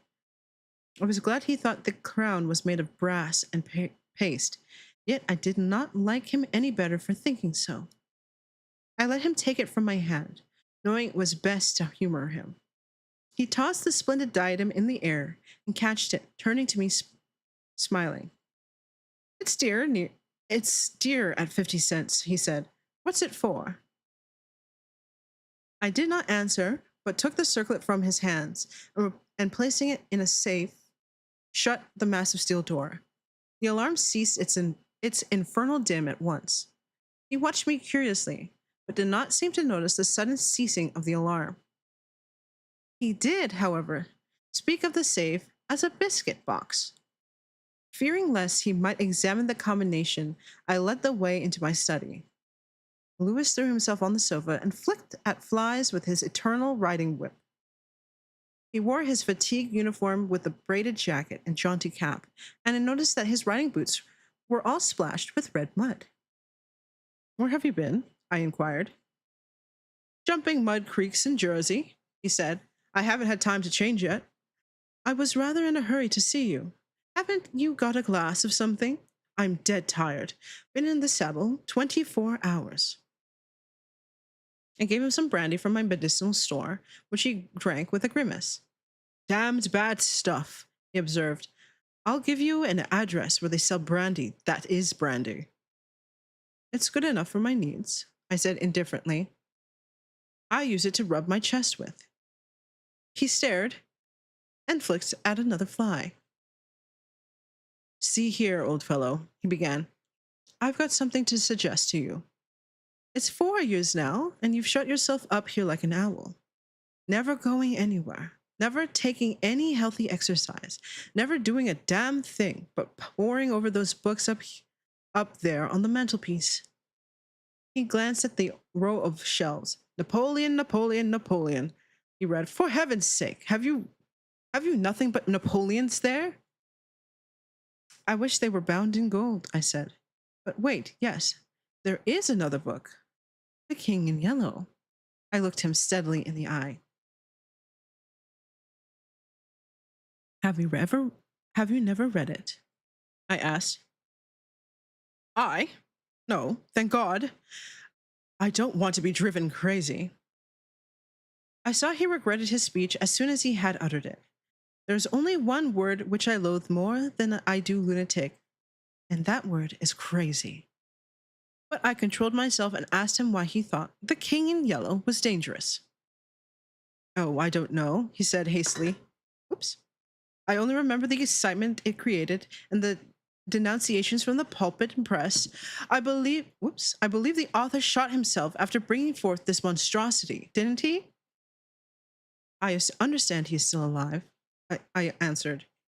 That's probably true, he muttered. Bullets couldn't kill a fiend like that. It is a book of great truths, I said. Yes, he replied, of truths which send men frantic and blast their lives. I don't care if this thing is, as they say, the very supreme essence of art. It is a crime to have written it, and I, for one, shall never open its pages. Is that why you've come to tell me? Is that what you've come to tell me? I asked. No, he said. I came to tell you that I'm going to be married. I believe for a moment my heart ceased to beat, but I kept my eyes on his face. Yes, yes, he continued, smiling happily, married to the sweetest girl on earth. Constance Hawberk, I said mechanically. How did you know? He cried, astonished.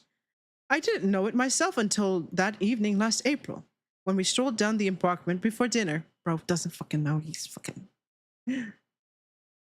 When is it to be? I asked. It was to have been next September, but an hour ago, a dispatch came ordering our regiment to the Presidio San Francisco. We leave at noon tomorrow. Tomorrow, he repeated. Just think, Hildred, tomorrow I shall be the happiest fellow that ever drew breath in this jolly world, for Constance will go with me.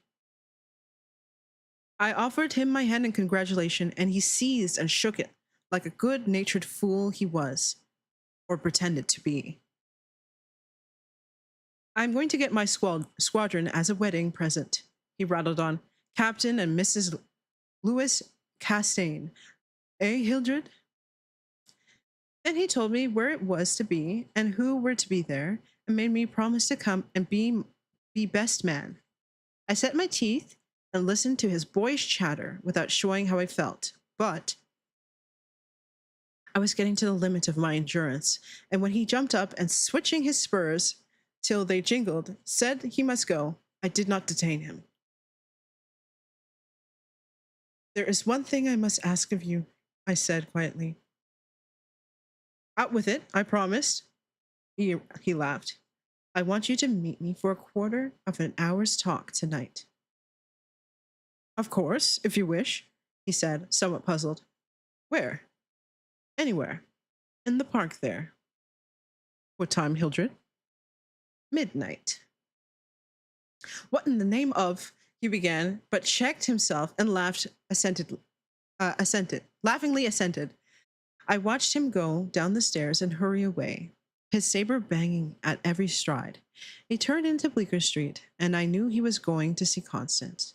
I gave him 10 minutes to disappear, and then followed in his footsteps, taking with me the jeweled crown and the silken robe embroidered with the yellow sign. And when I turned into Bleecker Street and entered the doorway which bore the sign, Mr. Wilde, Repairer of Reputation's third bell, I saw old Hawberk moving about in his shop, and I imagined I heard Constance's voice in the parlor. But I avoided them both and hurried up the trembling stairway to Mr. Wilde's apartment. I knocked and entered without ceremony. Mr. Wilde lay groaning on the floor, his face covered with blood, his clothes torn to shreds. Drops of blood were scattered about over the carpet, which had been ripped and frayed in evidently recent struggle. It's that cursed cat, he said, ceasing his groans and turning his colorless eyes to me. She attacked me while I was asleep. I believe she will kill me yet. This was too much. So I went into the kitchen and, seizing a hatchet from the pantry, started to find the infernal beast and settle her then and there. My search was fruitless, and after a while I gave it up and came back to find Mr. Wilde squatting on his high chair by the table. He had washed his face and changed his clothes. The great furrows which the cat's claws had plowed up in his face he had filled with Hollandian, and a rag hid the wound on his throat. Hello, QQ. I told him I should kill the cat when I came across her, but he only shook his head and turned to the open ledger before him. He read name after name of the people who had come to him in regard to their reputation, and the sums he had amassed were startling. I put the screws on now and then, he explained. One day or some other, these people will assassinate you, I insisted. You're so funny. Do you think so? He said, rubbing his mutilated ears. It was useless to argue with him, so I took down the manuscript titled Imperial Dynasty of America for the last time I should ever take it down in Mr. Wilde's study. I read it through, thrilling and trembling with pleasure. When I had finished, Mr. Wilde took the manuscript and, turning to the dark passage which leads from his study to his bedchamber, called out in a loud voice, Vance. Then, for the first time, I noticed a man crouching there in the shadow. I'm going to pause and take a sip. I'm doing good.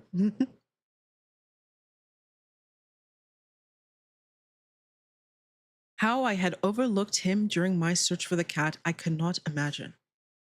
Vance, come in, cried Mr. Wilde. The figure rose and crept towards us, and I shall never forget the face that he raised to mine as the light from the window illuminated it. Vance, this is Mr. Castaigne, said Mr. Wilde.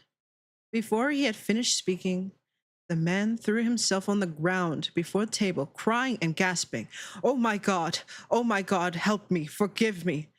Oh, Mr. Castaigne, keep that man away from... You cannot mean it. You are different. Save me, I am broken down. I was in a madhouse, and now, when all was coming right, when I had forgotten the king in yellow, and I shall not go mad again. I shall go mad. His voice died into a choking rattle, for Mr. Wilde had leapt on him, and his right hand encircled the man's throat. Thank you for the hydrate and unstrim. I will stretch and sip. Yes. When Vance fell in a heap on the floor, Mr. Wilde clambered nimbly onto his chair again, and, rubbing his mangled ears with the stump of his hand, turned to me and asked for the ledger. I reached it down from the shelf, and he opened it. After a moment searching among the beautifully written pages, he coughed complacently and pointed to the name Vance. Vance, he read. Osgood Oswald Vance. At the sound of his name, the man on the floor raised his head and turned a convulsed face at Mr. Wilde. His eyes were injected with blood, his lips tumefied. Called April 28th, continued Mr. Wilde. Occupation, cashier in the Seaforth National Bank. Has served a term of forgery at Sing Sing, from whence he was transferred to the asylum for the criminally insane. Pardoned by the governor of New York and discharged from the asylum January 19th, 1918. Reputation damaged at Sheepsheds Bay. Rumors that he lives beyond his income. Reputation to be repaired at once. Retainer 1,500. Note, has embezzled sums amounting to 30 grand since March 20, 1919. Excellent family and secured present position through uncle's influence. Father, president of Seaforth Bank. I looked at the man on the floor. Get up, Vance, said Mr. Wilde in a gentle voice. Vance rose as if hypnotized. He will do as we suggest now, observed Mr. Wilde, and opening the manuscript, he read the entire history of the Imperial Dynasty of America. Then, in a kind and soothing murmur, he ran over the important points with Vance, who stood like one stunned. His eyes were so blank and vacant that I imagined he had become half-witted, and remarked it to Mr. Wilde, who replied that it was of no consequence anyway. Very patiently, we pointed out to Vance what his share in the affair would be, and he seemed to understand after a while. Mr. Wilde explained the manuscript using several volumes of heraldry to substantiate the results of his researches. He mentioned the establishment of the dynasty of Carcosa, the lakes which connected Hastur, Aldebaran, Aldebaran, and the mystery of the Hyades. He spoke of Casilda and Camilla, the sounded the cloudy depths of Dem and the lake of Hali. The scalloped tatters of the king in yellow must hide Yatil forever, he muttered. But I do not believe Vance heard him. Then, by degrees, he led Vance along the ramifications of the imperial family of Ot and Thel, from Nautalba and Phantom of Truth to Aldons, and then tossing aside his manuscript and notes, he began the wonderful story of the last king. Fascinated and thrilled, I watched him. He threw up his hand. His long arms were stretched out in a magnificent gesture of pride and power, and his eyes blazed deep in their sockets like two emeralds. Vance listened stupefied. As for me, when at last Mr. Wilde had finished and pointing to me cried, "The cousin of the king," my head swam with excitement. Controlling myself with a superhuman effort, I explained to Vance why I alone was worthy of the crown and why my cousin must be exiled or die. I made him understand that my cousin must never marry, even after renouncing all his claims, and how that, least of all, he should marry the daughter of the Marquis of Avonshire and bring England into the question.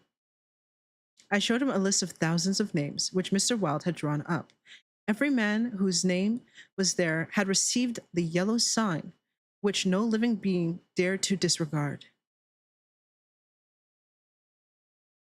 The city, the state, the whole land were ready to rise and tremble before the pallid mask.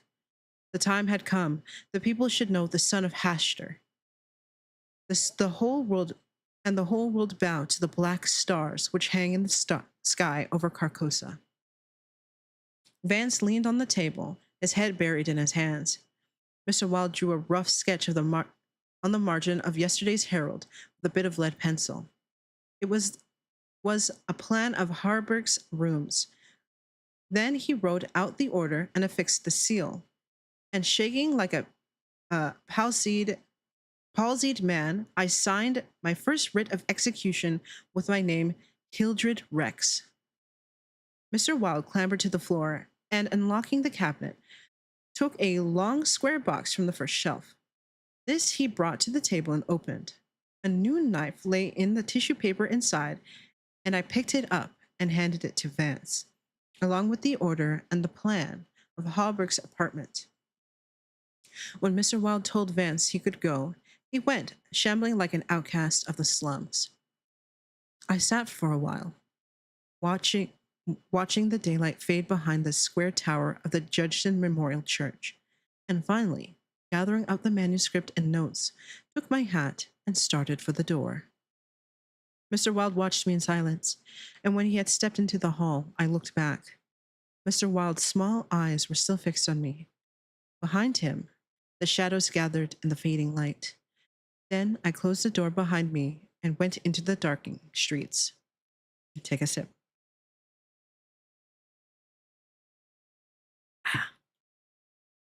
I had eaten nothing since breakfast, but I was not hungry.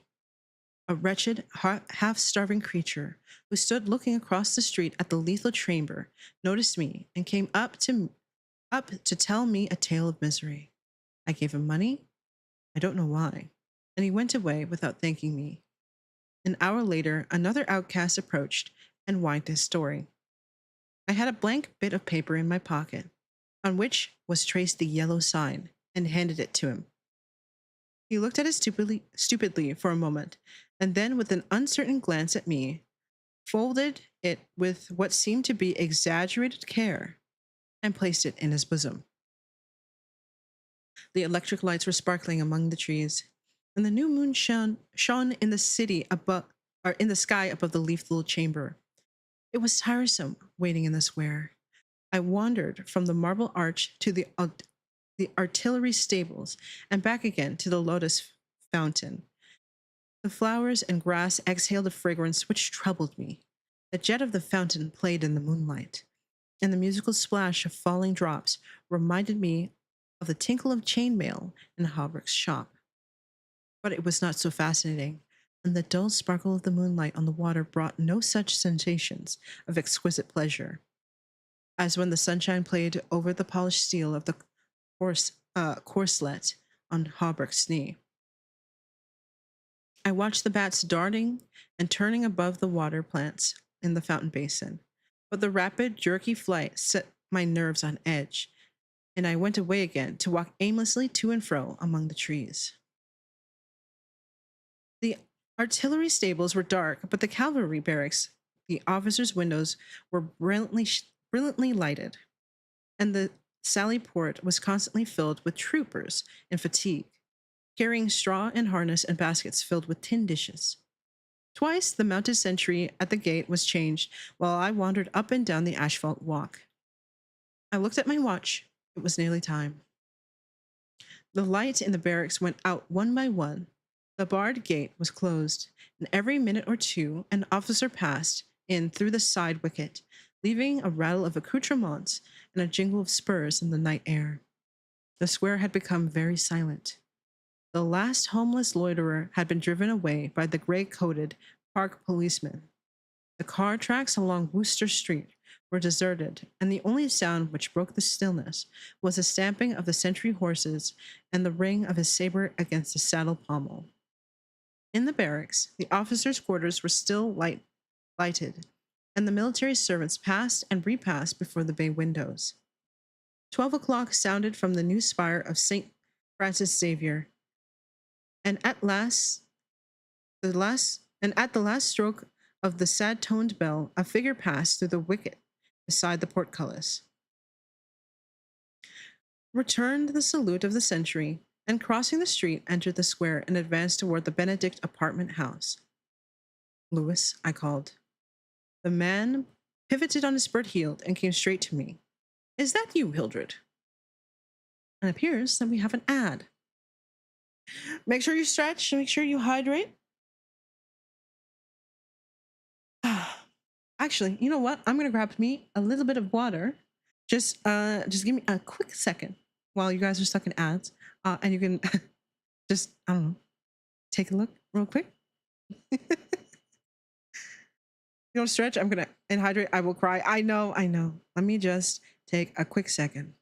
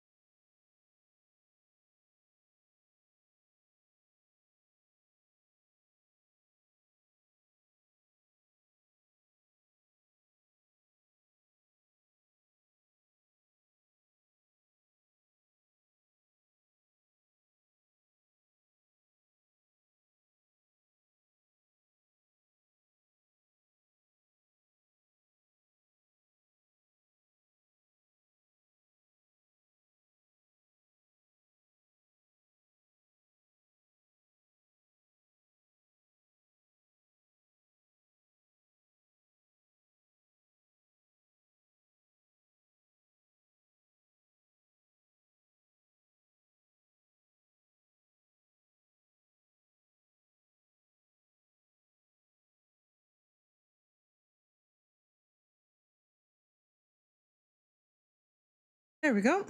I hope you guys got your drinks. I stretched. I did a quick little walk around my kitchen, and I got myself some water to add with what's left of my tea.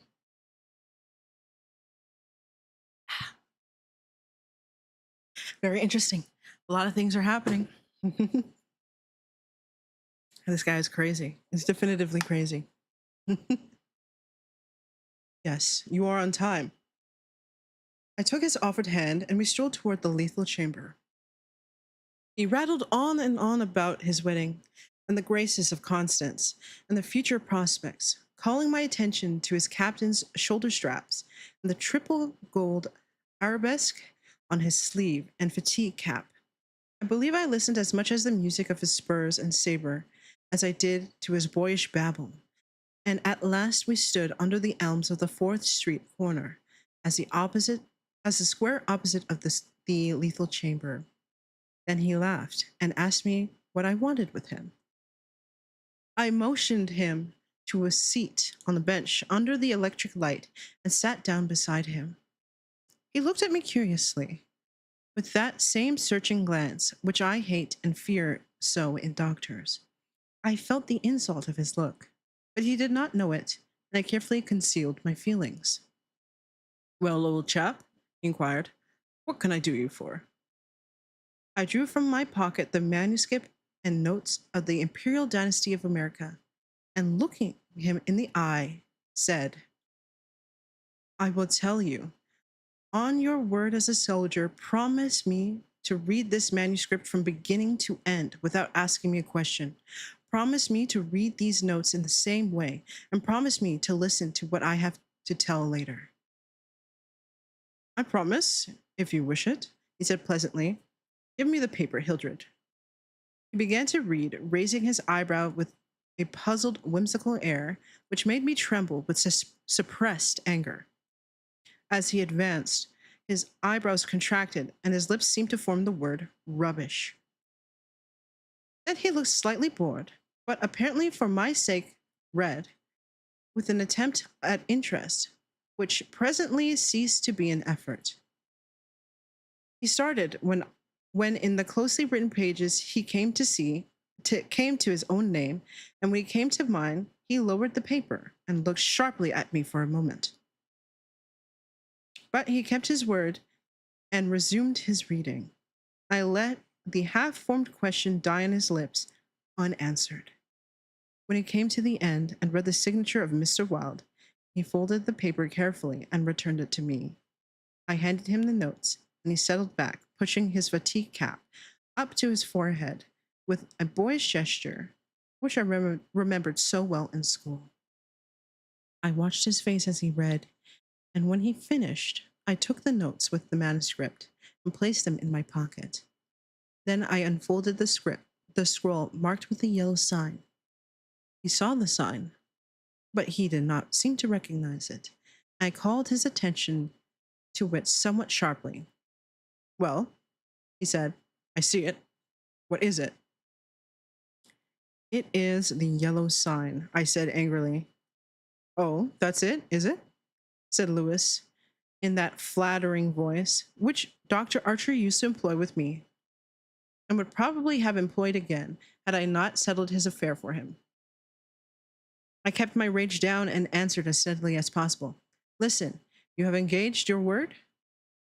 "I'm listening, old chap," he said soothingly, and began to speak calmly. Dr. Archer, having by some means become possessed of the secret of the imperial succession, attempted to deprive me of my right, aligning that because of a fall from my horse 4 years ago, I had become mentally deficient. He presumed to place me under restraint in his own house in the hopes of either driving me insane or poisoning me. I have not forgotten it. I visited him last night, and the interview was final." Lewis turned quite pale, but he did not move. I resumed triumphantly. "There are yet 3 people to be interviewed in the interests of Mr. Wilde and myself. They are my cousin Lewis, Mr. Hawberk, and his daughter Constance." Lewis sprang to his feet, and I arose also, and flung the paper marked with the yellow sign to the ground. "Oh, I do not need to tell you what I have to say," I cried with a laugh of triumph. "You must renounce the crown to me. Do you hear me? Do you hear? To me." Lewis looked at me with a startled air, but recovering himself, said kindly, "Of course, I renounce what was it I must renounce?" "The crown," I said angrily. "Of course," he answered. "I renounce it. Come, old chap, I'll walk you back to your rooms with you." "Don't try any of your doctor's tricks on me," I cried, trembling with fury. "Don't act as if I am insane." What nonsense, he replied. Come, it's getting late, Hildred. No, I shouted. You must listen. You cannot marry. I forbid it. Do you hear? I forbid it. You shall renounce the crown, and in reward, I grant you exile. But if you refuse, you shall die. He tried to calm me, but I was roused at last, and drawing my long knife, barred his way. Then I told him how they would find Dr. Archer in the cellar with his throat open, and I laughed in his face when I thought of Vance and his knife, and the order signed by me. Ah, you are the king, I cried, but I shall be king. Who are you to keep me from the empire over all the inhabited earth? I was born the cousin of a king, but I shall be king. Lewis stood white and rigid before me. Suddenly, a man came running up 4th Street, entered the gate of the Lethal Temple, traversed the path to the bronze door at full speed, and plunged into the death chamber with a cry of one demented, and I laughed until I wept tears, for I recognized Vance, and knew that Hawberk and his daughter were no longer in my way. Go, I cried to Lewis. You have ceased to be a menace. You will never marry Constance now, and if you marry anyone else in your exile, I will visit you as I did my doctor last night. Mr. Wilde takes charge of you tomorrow. Then I turned and darted into South 5th Avenue, and with a cry of terror, Lewis dropped his belt and saber and followed me like the wind. I heard him close behind me at the corner of Bleecker Street, and I dashed into the doorway under Hawberk's sign. He cried, "Halt, or I shall fire!" But when he saw that I flew up the stairs, leaving Hawberk's shop below, he left me. And I heard him hammering and shouting at their door as though it were possible to arouse the dead. Mr. Wilde's door was open, and I entered crying, "It is done! It is done! Let the nations rise and look upon their king!" But I could not find Mr. Wilde. So I went to the cabinet and took the splendid diadem from its case. Then I drew on the white silk robe embroidered with the yellow sign and placed the crown upon my head. At last, I was king. King by my right in Hashter. King because I knew the mystery of the Hyades and my mind had sounded the depths of the lake of Hali. I was king. The first great pencilings of dawn would rise a tempest which would shake 2 hemispheres. Then, as I stood, my every nerve pitched to the highest tension, faint with joy and splendor of my thought. Without, in the dark passage, a man groaned. I seized the tallow dip and sprang to the door. The cat passed me like a demon, and the tallow dip went out. But my long knife flew swifter than she, and I heard her screech. I knew that my knife had found her. For a moment, I listened to her tumbling and thumping about in the darkness. And then, when her frenzy ceased, I lighted a lamp and raised it over my head. Mr. Wilde lay on the floor with his throat torn open. At first, I thought he was dead. But as I looked, a green sparkle came into his sunken eyes. His mutilated hand trembled, and then a spasm stretched his mouth from ear to ear. For a moment, my terror and despair gave place to hope. But as I bent over him, his eyeballs rolled clean around in his head, and he died. Then, when I stood, transfixed with rage and despair, seeing my crown, my empire, my every hope and every ambition, my very life laying prostrate there with the dead master, they came, seized me from behind, and bound me until my veins stood like cords, and my voice filled with the paroxysms of my frenzied screams. But I still raged, bleeding and infuriated among them, and more than one policeman felt my sharp teeth. Then, when I could no longer move, they came nearer. I saw old Hawberk, and behind him my cousin Lewis' ghastly face, and further away in the corner, a woman, Constance, weeping softly. "Ah, I see it now," I shrieked. "You have seized the throne and the empire. Woe, woe to you who are crowned with the crown of the king in yellow." And then the editor's note. Mr. Constantine died yesterday in the asylum for the criminally insane. And that was the first book, The Repairer of Reputations in The King in Yellow. How are we doing? How are we feeling? This is a very interesting book. It's very interesting. So we're seeing some of the effects of one of the people who read past the first chapter of the play, The King in Yellow. It's very interesting to see just how crazy this guy was. So he does mention some key locations that we will hear about in a few more of the stories in The King in Yellow. We heard of Ishtil, we heard of Hashter, who is presumed to be one of the kings, or maybe even the King in Yellow. We heard of Casilda. We heard of Camille, who are somehow related. We heard of a lake. We heard of dark stars in the sky, multiple moons, and I think 2 suns on Carcosa, which what many people presume is a planet. And I think in many common reinterpretations of The King in Yellow, that Carcosa is a planet, and it's a play about a planet and these 2 sisters. So it was very interesting indeed. But yes, as you said, Hugh, this guy is crazy. It's fucking crazy. You went absolutely nuts. I'm knocking out now. Night. Have a good night, Kiri. Thank you for coming. So now, that was the first story. It's just very interesting.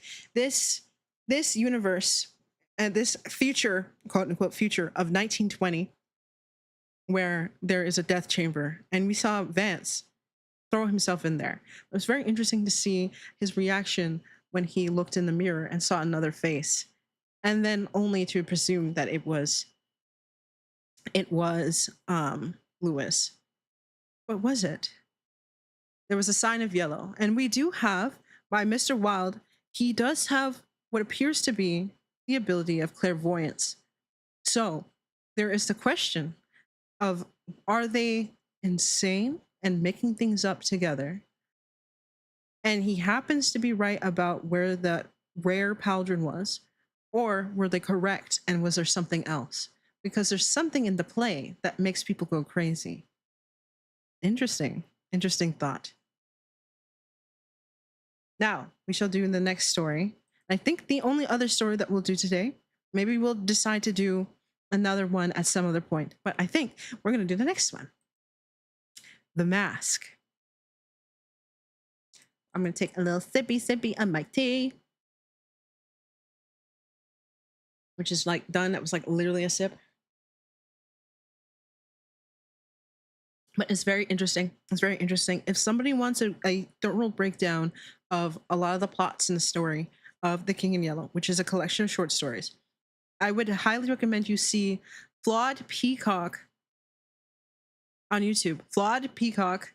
Yes, I know it sounds like Floppy Cock. Yes. Flawed Peacock on YouTube did like I think 10-hour video essay, or I think it's technically 10 to 20-hour video essay on the entire King in Yellow series, which is short stories. So, very interesting. I thought I clicked the mask. Okay, we're going to do the mask. Why does it... Hello? Hold on. Oh, it snaps me back up for some reason. Give me a second. Let me scroll down. That's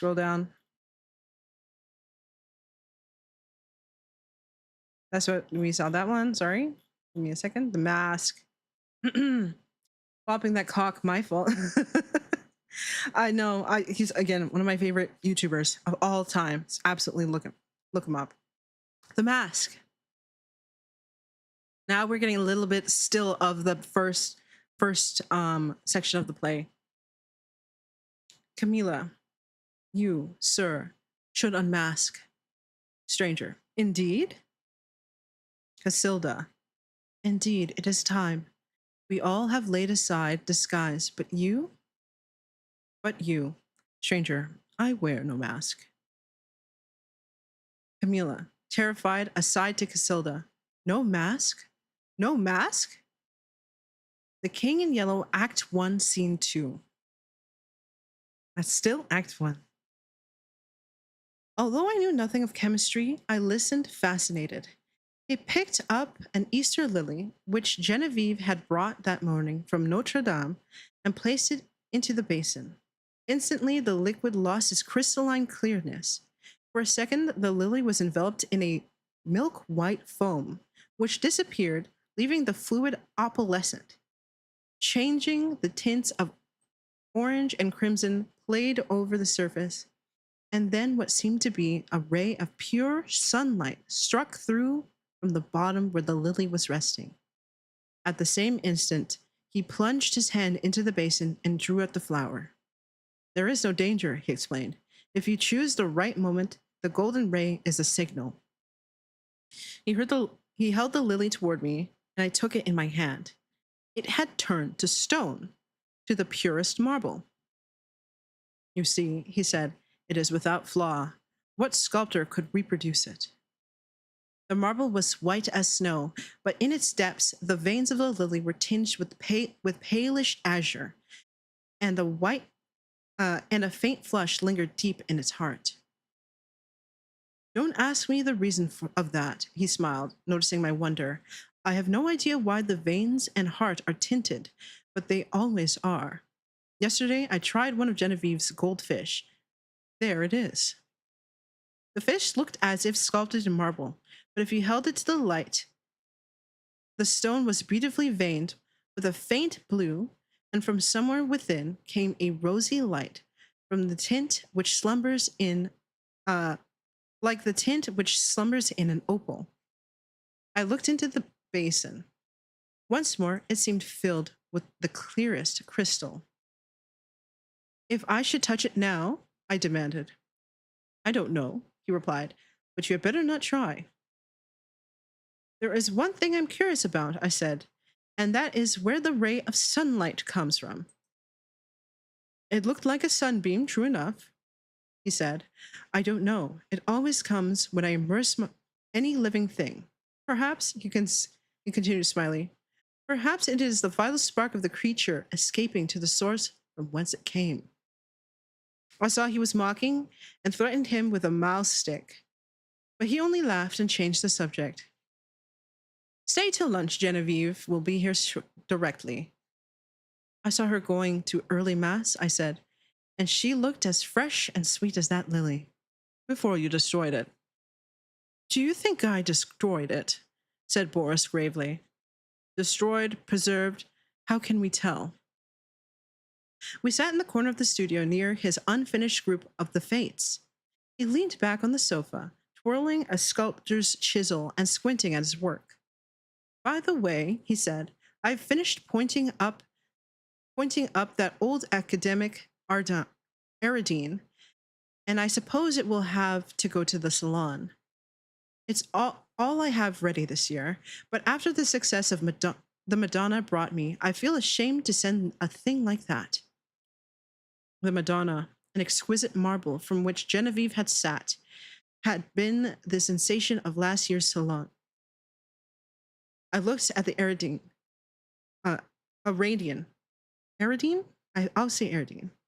It was a magnificent piece of technical work, but I agreed with Boris that the world would expect something better of him than that. Still, it was impossible now to think of finishing in time for the salon, that splendid, terrible group half shrouded in the marble behind me. The Fates would have to wait. We were proud of Boris Yane. We claimed him, and he claimed us on the strength of his having been born in America, although his father was French and his mother was a Russian. Everyone in the Beaux Arts called him Boris. And yet there were only two of us whom he addressed in a familiar way, Jack, Scott, and myself. Perhaps my being in love with Genevieve had something to do with his affection for me. Not that it had ever been acknowledged between us, but after all was settled, she had told me with tears in her eyes that it was Boris whom she loved. I went over to his house and congratulated him. The perfect cordiality of that interview did not deceive either of us. I always believed, although to one at least it was a great comfort. I do not think he and Genevieve ever spoke of the matter together, but Boris knew. Genevieve was lonely. The Madonna-like purity of her face might have been inspired by the Sanctus in Gaunod's Mass, but I was always glad when she changed that mood for what we called her April maneuvers. Hi, Irish. Welcome. Welcome in, welcome in.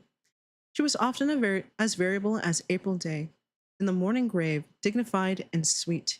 At noon, laughing, capricious. At evening, whatever one least expected. I preferred hers so rather than in that Madonna-like tranquility which stirred the depths of my heart. I was dreaming of Genevieve when he spoke again. What do you think of my discovery, Alec? I think it's wonderful. I shall make no use of it, you know, beyond satisfying my own curiosity so far as may be, and the secret will die with me. It would be rather a blow to sculpture, would it not? We painters lose more than we ever gain by photography. Boris nodded, playing with the edge of the chisel. This new vicious discovery would corrupt the world of art. No, I shall never confide the secret to anyone, he said slowly. It would be hard to find anyone less informed about such a phenomena than myself. But of course, I had heard of mineral springs so saturated with silica that the leaves and twigs which fell into them were turned to stone after a time. I dimly comprehended the process, how silica replaced the vegetable matter, atom by atom, and the result was a duplicate of the object in stone. This, I confess, had never interested me greatly. As for the ancient fossils thus produced, they disgusted me. Boris, it appeared, feeling curiosity instead of repugnance, had investigated the subject and had accidentally stumbled upon a solution, which, attacking the immersed object with a ferocity unheard of, in a second did the work of years. This was all I could make out of the strange story he had been telling me. He spoke again after a long silence. I am almost frightened when I think what I have found. Scientists would go mad over the discovery. It was so simple too. It discovered itself. When I think of that formula and that new element precipitated in metallic scales. What new element? Oh, I haven't thought of naming it. I don't believe I ever shall. There are enough precious metals in the world to cut throats over. I pricked up my ears. Have you struck gold, Boris? No, better. But see here, Alec, he laughed, starting up. You and I have all we need in this world. Ah, how sinister and covetous you look already. I laughed too and told him I was devoured by the desire for gold. And we had better talk of something else. So when Genevieve came in shortly, we had turned our backs on alchemy. Genevieve was dressed in silvery gray from head to foot. The light glinted along the soft curves of her fair hair. She turned her cheek to Boris. When she saw me, she returned my greeting. She had never before failed to blow me a kiss from the tips of her white fingers, and I promptly complained of the omission. She smiled and held out her hand, which dropped almost before it had touched mine, and then she said, looking at Boris, "You must ask Alec to stay for luncheon." This was also something new. She had always asked me herself until today. I did, said Boris shortly. And you said yes, I hope? She turned to me with charming, conventional smile. I might have been an acquaintance of the day before yesterday. I made her a low bow. Je vais bien l'honneur, madame. But refusing to take up our usual bantering tone, she murmured a hospitable commonplace and disappeared. Boris and I looked at one another. I had better go home, don't you think? I asked. Hanged if I know, he replied frankly. While we were discussing the advisability of my departure, Genevieve reappeared in the doorway without her bonnet. She was wonderfully beautiful, but her color was too deep, and her lovely eyes were too bright. She came straight up to me and took my arm. Luncheon is ready. Was I cross, Alec? I thought I had a headache. but I haven't. Come here, Boris. And she slipped her other arm through his. Alec knows that after you, there is no one in the world whom I like as well as I like him. So if he sometimes feels snubbed, it won't hurt him. À la bonne heure, I cried. Who says there are no thunderstorms in April? Are you ready? Chanted Boris. I ready. And arm in arm, we raced into the dining room, scandalizing the servants. After all, we were not so much to blame. Genevieve was 18, Boris was 23, and I am not 21. So he's 20 years old. Okay. Part 2.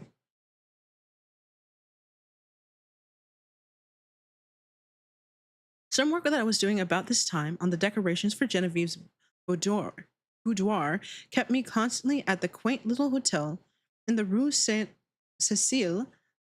Boris and I in those days labored hard, but as we pleased, which was fitfully, and we all three, with Jack Scott, idled a great deal together. Welcome in, Subject Delta 172. Welcome in, welcome in. We're celebrating 200 followers, and I'm doing a little ASMR reading stream. First one. In fact, I've never done one before. One afternoon, I had been wandering alone over the house, examining curios, prying into odd corners, bringing out sweetmeats and cigars from strange hiding places, and at last I stopped in the bathing room. Boris, all over clay, stood there washing his hands. The room was built of rose-colored marble, excepting the floor, which was tessellated in rose and gray. In the center was a square pool sunken below the surface of the floor. Steps led down into it. Sculptured pillars supported the frescoed ceiling. A delicious marble cupid appeared to have just alighted on his pedestal at the upper end of the room. The whole interior was Boris' work and mine. Boris, in his working clothes of white canvas, scraped the traces of clay and red modeling wax from his handsome hands and coquetted over his shoulder with the cupid. I see you, he insisted. Don't try to look the other way and pretend not to see me. You know who made you, little humbug. It appears we are having an. Make sure you stretch. Take a second to sip water. I'm just gonna get a good stretch. I'm liking reading so far. It's actually quite interesting. I have heard The King in Yellow before. I have heard it, but I think it's quite interesting. This is a very new brand of fiction from ye old 1800s, and so it's very interesting to see hypothetical fiction for 1920s when for us that was like over a century ago. You know, very interesting indeed. But for this one, The Mask, so far we have what I believe is Genevieve, who is a from what I can tell, she is a model. And then we have, Boris, who is a sculptor. I think Alex also is a sculptor. And I think John is a photographer, if I'm correct. But they kind of just became like a group of friends. I kind of love it. I kind of love how it is. Hello, the pixelated fish. Welcome in, welcome in. We're celebrating 200 followers and we're doing baby's first ASMR. Yeah, honestly, baby's first ASMR. But thank you for coming. All right, next part. It was always my role to interpret Cupid's sentiments in these conversations, and when my turn came, I responded in such a manner that Boris seized my arm and dragged me toward the pool, declaring he would dunk me. Next instant, he dropped my arm and turned pale. Good God, he said. I forgot the pool was full of the solution. Why the fuck would he do that? I don't know. Why the fuck would he fill it with solution? It was crazy. I shivered a little and dryly advised him to remember better when he had stored where he had stored the precious liquid. In heaven's name, why do you keep a small lake of that gruesome stuff here of all places? I asked. I want to experiment on something large, he replied. On me, for instance? That came too close for jesting, but I do want to watch the action of that solution on a more highly organized living being. There is that big white rabbit. he said, following me into the studio. I'm looking at different ASMR streams after watching the MLB game. Interesting. Nice, nice, nice. Well, thank you. Thank you for coming in. Jack Scott, wearing a paint-stained jacket, came wandering in, appropriated all the oriental sweetmeats he could lay his hands on, looted the cigarette case, and finally, he and Boris disappeared together to visit the Luxembourg Gallery, where a new silver bronze by Rodin and a landscape of Monet's were claiming the exclusive attention of artistic France. I went back to the studio and resumed my work. It was a Renaissance screen, which Boris wanted me to paint for Genevieve's boudoir. But the small boy who was unwillingly dawdling through the series of poses for it today refuses all bribes to be good. He never rested an instant in the same position, and inside of 5 minutes, I had as many different outlines of the little beggar.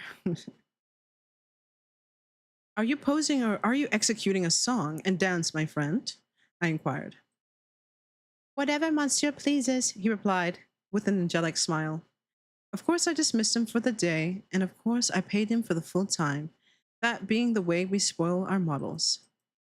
After the young imp had gone, I made a few perfunctory daubs at my work, but was so thoroughly out of humor that it took me the rest of the afternoon to undo the damage I had done. So, at last, I scraped my palette, stuck my brushes in a bowl of black soap, and strolled into the smoking room. I believe that excepting Genevieve's apartment, no room in the house was so free of perfume from the perfume of tobacco as this one.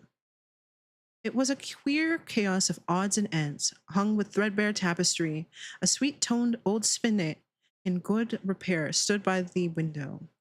There were strands of weapons, some old and dull, others bright and modern, festooned in Indian and Turkish armor over the mantel.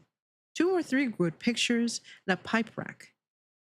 It was there that we used to come for new sensations in smoking. I doubt if any type of pipe ever existed which had not represented was not represented in that rack. When we had selected one, we immediately carried it somewhere else and smoked it. For the place was, on the whole, more gloomy and less inviting than any in the house. But this afternoon, the twilight was very soothing. The rugs and skin on the floor looked brown and soft and drowsy. The big couch was piled with cushions. I found my pipe and curled up there for an unaccustomed smoke in the smoking room. I had chosen one with a long, flexible stem, and lighting it fell to dreaming. After a while, it went out, but I did not stir. I dreamed on and pleasantly fell asleep. I woke to the saddest music I had ever heard. The room was quite dark. I had no idea what time it was. A ray of moonlight slivered one edge of the old spinet, and the polished wood seemed to exhale the sounds as perfume floats above a box of sandalwood. Someone rose in the darkness, came away weeping quietly, and I was fool enough to cry out, "Genevieve!"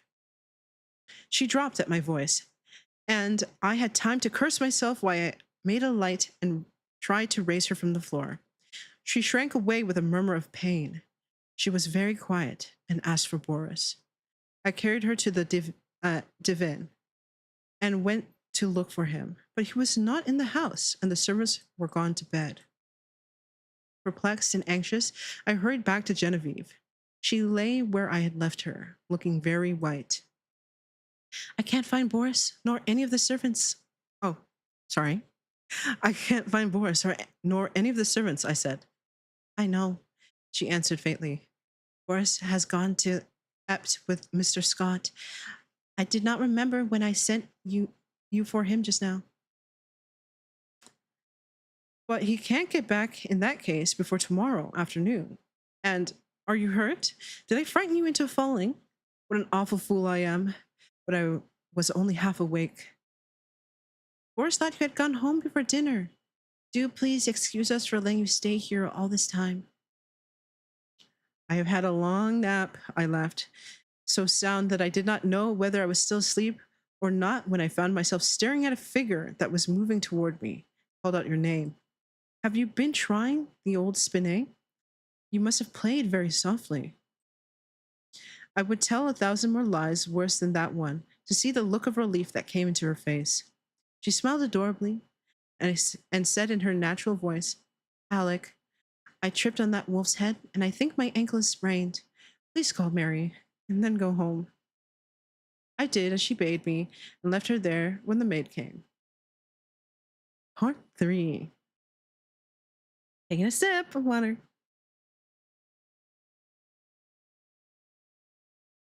At noon the next day, when I called, I found Boris walking restlessly about his studio.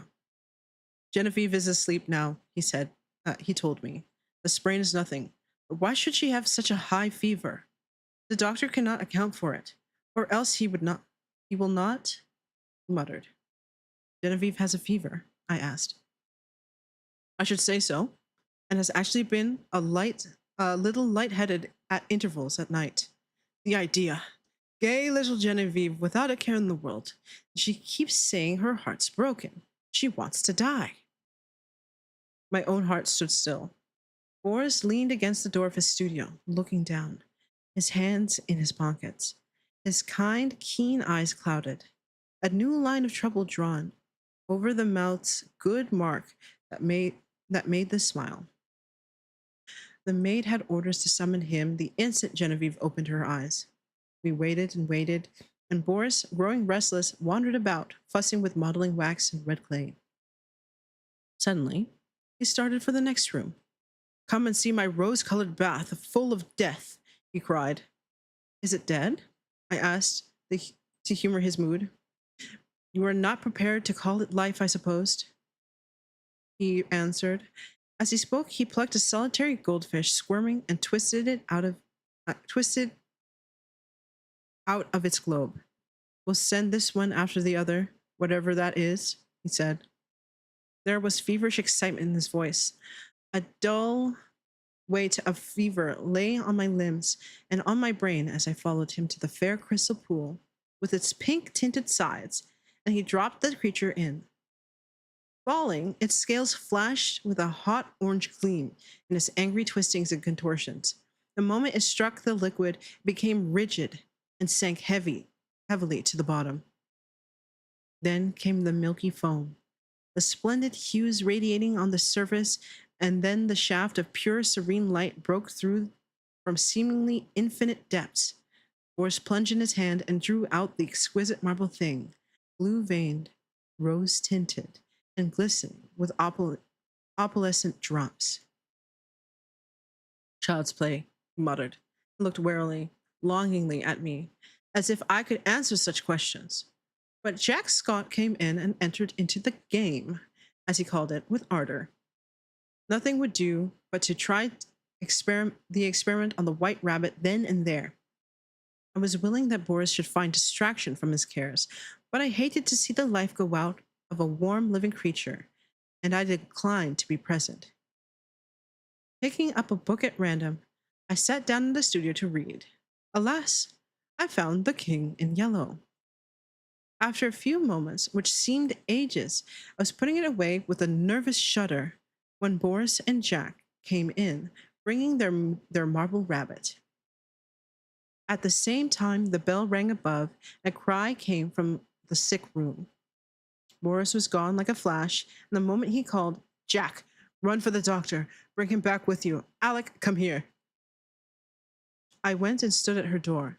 A frightened maid came out in haste and ran away to fetch some remedy. Genevieve, sitting bolt upright with crimson cheeks and glistening eyes, babbled incessantly and resisted Boris' gentle restraint. He called me to help. At my first touch, she sighed and sank back, closing her eyes. And then, as we still bent above her, she opened them again, looked straight into Boris' face. Poor, fever-crazed girl, and told her secret. At the same instant, our 3 lives turned into new channels. The bond that held us so long together snapped forever, and a new bond was forged in its place. for she had spoken my name, and as the fever tortured her, her heart poured out its load of hidden sorrow. Amazed and dumb, I bowed my head, while my face burned like a live coal, and the blood surged to my ears, stupefying me with its clamor. Incapable of movement, incapable of speech, I listened to her feverish words in agony of shame and sorrow. I could not silence her. I could not look at Boris. Then I felt an arm upon my shoulder, and Boris turned a bloodless face to mine. It is not your fault, Alec. Don't grieve so if she loves you. But he could not finish, as the doctor stepped swiftly into the room, saying, "Ah, the fever." I seized Jack Scott and hurried him to the street, saying, "Boris would rather be alone." We crossed the street to our own apartments, and that night, seeing I was going to be ill too, he went for the doctor again. The last thing I recollect with my distinctness was hearing Jack say, "For heaven's sake, doctor, what ails him? To wear a face like that." And I thought of the king in yellow and the pallid mask. I was very ill. For the strain of 2 years which I had endured such that fatal May morning when Genevieve murmured, "I love you, but I think I love Boris best," told on me at last. I had never imagined that I never imagined that it could become more than I could endure. Outwardly tranquil, I had deceived myself, although the inward battle raged night after night. And I, lying alone in my room, cursed myself for rebellious thoughts, unloyal to Boris and unworthy of Genevieve. The morning always brought relief, and I returned to Genevieve and to my dear Boris with a heart washed clean by the tempest of the night. Never in word or deed or thought while with them had I betrayed my sorrow even to myself. The mask of self-deception was no longer a mask. For me, it was part of me. Night lifted, laying bare the stifled truth below, but there was no one to see except myself. And when the day broke, the mask fell back again of its own accord. These thoughts passed through my troubled mind as I lay sick, but they were hopelessly entangled with visions of white creatures, heavy as stone, crawling about in Boris's basin, of the wolf head on the rug, foaming and snapping at Genevieve, who lay smiling beside it. I thought, too, of the king in yellow, wrapped in the fantastic colors of his tattered mantle, and the bitter cry of Casilda. "Not upon us, O king, not upon us." Sorry, wow, I really fucked that up. Feverishly, I struggled to put it from me, and I saw the lake of Halley, thin and blank, without a ripple or wind to stir it, and I saw the towers of Carcosa behind the moon. Aldebaran, the Hyades, Alar, Hashter, gilded through the cloud rifts which fluttered and flapped as they pressed like the scalloped tatters of the king in yellow. Among all these, one sane thought persisted. It never wavered, no matter what else was going on in my disordered mind, that my chief reason for existing was to meet some requirement of Boris and Genevieve. What this obligation was, its nature, was never clear. Sometimes it seemed to be protection, sometimes support through a great crisis. Whatever it seemed to be for the time, it rested only on me, and I was never so ill or so weak that I did not respond with my whole soul. There were always crowds of faces about me, mostly strange, but a few I recognized, Boris among them. Afterward, they told me that this could not have been, but I know that once at least he bent over me. It was only a touch, a faint echo of his voice. Then the cloud settled back on my senses, and I lost him. But he did stand there and bend over me, once, at least. At last, one morning I awoke to find the sunlight falling across my bed, and Jack Scott reading beside me. I had not strength enough to speak aloud, neither could I think, much less remember, but I could smile feebly. as Jack's eyes met mine. And when he jumped up and asked eagerly if I wanted anything, I could whisper, "Yes, Boris." Jack moved to the head of my bed and leaned down to arrange my pillow. I did not see his face, but he answered heartily, "You must wait, Alec. You are too weak to see even Boris." I waited, and I grew strong. In a few days, I was able to see whom I would, but meanwhile, I had thought and remembered. From the moment when the past grew clear again in my mind, I never doubted what I should do when the time came. I felt sure that Boris would have resolved upon the same course, so far as he was concerned.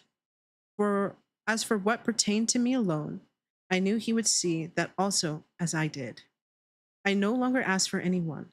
I never inquired why no message came from them. Why during the week I lay there waiting and growing stronger, I never heard their names spoken. Preoccupied with my own searching for the right way, and with my feeble but determined fight against despair, I simply acquiesced in Jack's reticence, taking for granted what he was afraid to speak of them, lest I should turn unruly and insist on seeing them. Meanwhile, I said over and over to myself, how would it be when life began again for us all? We would take up our relations exactly as they were before Genevieve fell ill. Boris and I would look into each other's eyes, and there would be neither rancor, nor cowardice, nor mistrust in that glance. I would be with them again, for a little while in the dear intimacy of their home, and then, without pretext or explanation, I would disappear from their lives forever. Boris would know. Genevieve, the only comfort was that she would never know. It seemed as though I thought it over. It seemed as I thought it over that I had found the meaning of that sense of obligation which had persisted all through my delirium, and the only possible answer to it. So when I was ready, I beckoned Jack to me one day and said, "Jack, I want Boris at once, and take my dearest greetings to Genevieve." When at last he made me understand that they were both dead, I fell into a wild rage that tore into my little convalescent strength to atoms. I raved and cursed myself into a relapse, from which I crawled forth from some weeks afterward, a boy of 21 who believed that his youth was gone forever. I seemed to be past the capability of further suffering, and one day, when Jack handed me a letter and the keys to Boris' house, I took them without a tremor and asked him to tell me all. It was cruel of me to ask him, but there was no help for it, and he leaned wearily on his thin hands to reopen the wound which could never entirely heal. It began very quickly. Alec, unless you have a clue that I know nothing about, you will not be able to explain any more than I what has happened. I suspect that you would rather not hear these details, but you must learn them, else I would spare you the relation. God knows I wish I could be spared the telling. I shall use few words. That day, when I left you in the doctor's care and came back to Boris, I found him working on the fates. Genevieve, he said, was sleeping under the influence of drugs. She had been quite out of her mind, he said. He kept working, not talking anymore, and I watched him. Before long, I saw that the third figure of the group, the one looking straight ahead, out over the world, bore his face. Not as you ever see it, but as it looked then and to the end. This is the one thing for which I should like to find an explanation, but never shall. Well, he worked and I watched him in silence, and we went on that way until nearly midnight. Then we heard the door open and shut sharply, and a swift rush in the next room. Boris sprang through the doorway, and I followed, but we were too late. She lay at the bottom of the pool, her hands across her breast. Then Boris shot himself through the heart. Jack stopped speaking. Drops of sweat stood under his eyes, and his thin cheeks twitched. I carried Boris to his room. Then I went back and let that hellish fluid out of the pool, and turning on the water, washed the marble clean of every drop. When at length I dared to descend the steps, I found her lying there as white as snow. At last, when I had decided what was best to do, I went into the laboratory. I first emptied the solution in the basin into the waste pipe. Then I poured the contents of every jar and bottle after it. There was wood in the fireplace, so I built a fire. Breaking the locks of Boris's cabinet, I burned every paper, notebook, and letter that I found. With a mallet from the studio, I smashed to pieces all the empty bottles. Then, loading them into a coal scuttle, I carried them to the cellar and threw them over the red-hot bed of the furnace. 6 times I made the journey, and at last, not a vestige remained of anything which might again aid in seeking for the formula which Boris had found. Then, at last, I dared call the doctor. He is a good man, and together we struggled to keep it from the public. Without him, I never could have succeeded. At last, we got the servants paid and sent away into the country, where old Roisier keeps them quiet with stories of Boris and Genevieve's travels in distant lands, from whence they will not return for years. We buried Boris in the little cemetery of Sèvres. The doctor is a good creature and knows when to pity a man who can bear no more. He gave his certificate of heart disease and asked no questions of me. Then, lifting his head from his hands, he said, "Open the letter, Alec. It is for both of us." I tore it open. It was Boris' will dated a year before. He left everything to Genevieve, and in case of her dying childless, I was to take control of the house in Rue Saint-Cécile, and Jack Scott the management of Epte. On our deaths, the property reverted to his mother's family in Russia, with the exception of the sculptured marbles executed by himself. These he left to me. The page blurred under our eyes, and Jack got up and walked to the window. Presently, he returned and sat down again. I dreaded to hear what he was going to say, but he spoke with the same simplicity and gentleness.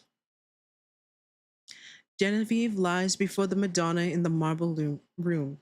The Madonna bends tenderly above her, and Genevieve smiles back into that calm face that never would have been except for her. His voice broke, but he grasped my hand, saying, "Courage, Alec." Next morning, he left for Epte to fulfill his trust. Part 4. Take a sip. Ooh, the story's getting good. So she petrified. She got converted to marble, which is very interesting. The same evening, I took the keys and went into the house I had known so well. Everything was in order, but the silence was terrible. So I went twice to the door of the marble room. I could not force myself to enter. Sorry, I just saw your message, Rin. Yeah, I hope I did this again. It was beyond my strength. I went into the smoking room and sat down before the spinet.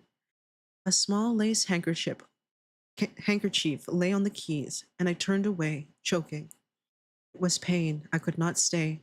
So I locked every door, every window, and the 3 front and back gates, and went away. The next morning, outside, packed my valet, and leaving him in charge of my apartments, I took the Orient Express for Constantinople. During the 2 years that I wandered through the East, at first, in our letters, we never mentioned Genevieve and Boris, but gradually their names crept in. I recollect particularly a passage in one of Jack's letters replying to one of mine. "Would you tell me of seeing Boris bending over you while you lay ill? The feeling of his touch on your face and hearing his voice, of course, troubles me. This that you describe must have happened a fortnight after he died. I say to myself that you were dreaming, that it was part of your delirium, but the explanation does not satisfy me, nor would you. Toward the end of the second year, a letter came from Jack to me in India. So, unlike anything I'd ever known of him, I decided to return at once to Paris. Hi, Luxter. Welcome in. Welcome in. He wrote, I am well, and I sell all my pictures as artists do who have no need of money. I have not a care of my own, but I am more restless than if I had. I'm unable to shake off a strange anxiety about you. It is not apprehension. It is rather a breathless expectancy. Of what? God knows. I can only say it is wearing me out. Nights I dream always of you and Boris. I can never recall anything afterward. But I wake in the morning with my heart beating, and all day the excitement increases until I fall asleep at night to recall the same experience. I am quite exhausted by it, and have determined to break up this morbid condition. I must see you. Shall I go to Bombay, or will you come to Paris? I telegraphed him to expect me by the next steamer. When we met, I thought he had changed very little. I insisted he looked as splendid health. It was good to hear his voice again, and as we sat and chatted about what life still held for us, we felt it was pleasant to be alive in the bright spring weather. We stayed in Paris together a week, and then went for a week to Apt with him. But first of all, we went to the cemetery at Sèvres, where Boris lay. Shall we place the fates in the little grove above him? Jack asked, and I answered, I think only the Madonna should watch over Boris's grave. But Jack was none the better for my homecoming. The dreams of which he could not retain even the least definite outline continued, and he said that at times the sense of breathless expectancy was suffocating. You see, I do you harm and not good, I said. Try a change without me. So he started alone for a ramble among the Channel Islands, and I went back to Paris. I had not yet entered Boris' house, now mine, since my return, but I knew it must be done. It appears we have another ad break. Make sure you guys stretch and hydrate. I'm just stretching my neck. I'm going to have a little sip of my water, and we'll continue when everyone comes back from breaks. But it was very tragic so far. Imagine she was going through something, and then she threw herself into the pool of the weird substance and turned to marble, and the guy shot himself in the heart. It's kind of interesting to see the relationship so far with like romance and the feeling of being ill, feeling of being sick, of weak, pallid, as one might say, the pallid mask, and what that means. So it's very interesting. And I think as we read more stories, we'll come to a better understanding of how the idea of pallid and like, I think the running themes of a relationship that we've heard of, something vaguely related to romance, but not necessarily that the main character is in a romantic relationship or wanting one, but being around romance and the authenticity of our feelings of that. It's very interesting, but also like it's curious about this solution and how Boris found it in the first place. But welcome back, babes. Welcome back. We're just chatting, and I will go back to reading. I don't think there's much left in this one. It had been kept in order by Jack. There were servants there. Hello, Dark Speaker Man. Welcome in. Welcome in. We're just reading The King in Yellow. You're doing great. Thank you so much. Let me say this again. I've been kept in order. It had been kept in order by Jack. There were servants there, so I gave up my own apartment and went there to live. Instead of the agitation I had feared, I found myself able to paint there tranquilly. I visited all the rooms, all but one. I could not bring myself to enter the marble room where Genevieve lay, and yet I felt the longing growing daily to look upon her face, to kneel beside her. One April afternoon, I lay dreaming in the smoking room, just as I had lain 2 years before, and mechanically I looked among the tawny eastern rugs for the wolf's skin. At last, I distinguished the pointed ears, the flat, cruel head, and I thought of my dream where I saw Genevieve lying beside it. The helmet still hung against the threadbare tapestry, among them the old Spanish Marion, which I remembered Genevieve had once put on when we were amusing ourselves with the ancient bits of mail. I turned my eyes to the spinet. Every yellow key seemed eloquent of her caressing hand, and I rose, drawn by the strength of my life's passion, to the sealed door of the marble room. The heavy doors swung inward under my trembling hands. Sunlight poured through the window, tipping the gold wings of the Cupid, and lingered like the nimbus over the brows of the Madonna. Her tender face, bent in compassion over a marble form, was so exquisitely pure that I knelt and sighed with myself. Genevieve lay in the shadow under the Madonna, and yet, through her white arms, I saw the pale azure vein, and beneath her softly clasped hands, the folds of her dress were tinged with rose, as if from some faint warm light within her breast. Bending with a breaking heart, I touched the marble drapery to my lips, then crept back into the silent house. A maid came and brought me a letter, and I sat down into the little conservatory to read it. But I was about to break the seal, seeing the girl lingering. I asked her what she wanted. She stammered something about a white rabbit that had been caught in the house. I asked what should be done with it. And asked what should be done with it. I told her to let it loose in the walled garden behind the house and opened my letter. It was from Drac, but so incoherent that I thought he must have lost his reason. It was nothing but a series of prayers to me not to leave the house until he could get back. He could not tell me why. There were the dreams, he said. He could explain nothing, but he was sure that I must not leave the house in the Rue Saint Cecile. As I finished reading, I raised my eyes and saw the same maidservant standing in the doorway holding a glass dish in which 2 goldfish were swimming. Put them back into the tank and tell me what you mean by interrupting me, I said. With a half-suppressed whimper, she emptied water and fish into an aquarium at the end of the conservatory and, turning to me, asked my permission to leave my service. She said people were playing tricks on her, evidently with a design of getting her into trouble. The marble rabbit had been stolen, and a live one had been brought into the house, and 2 beautiful marble fish were gone. And she had just found those common live things flopping on the dining room floor. I assured her and sent her away, saying I would look about myself. I went into the studio. There was nothing there but my canvases and some casts, except the marble of the Easter lily. I saw it on the table across the room, and I strode angrily over to it. But the flower I lifted from the table was fresh and fragile and filled the air with perfume.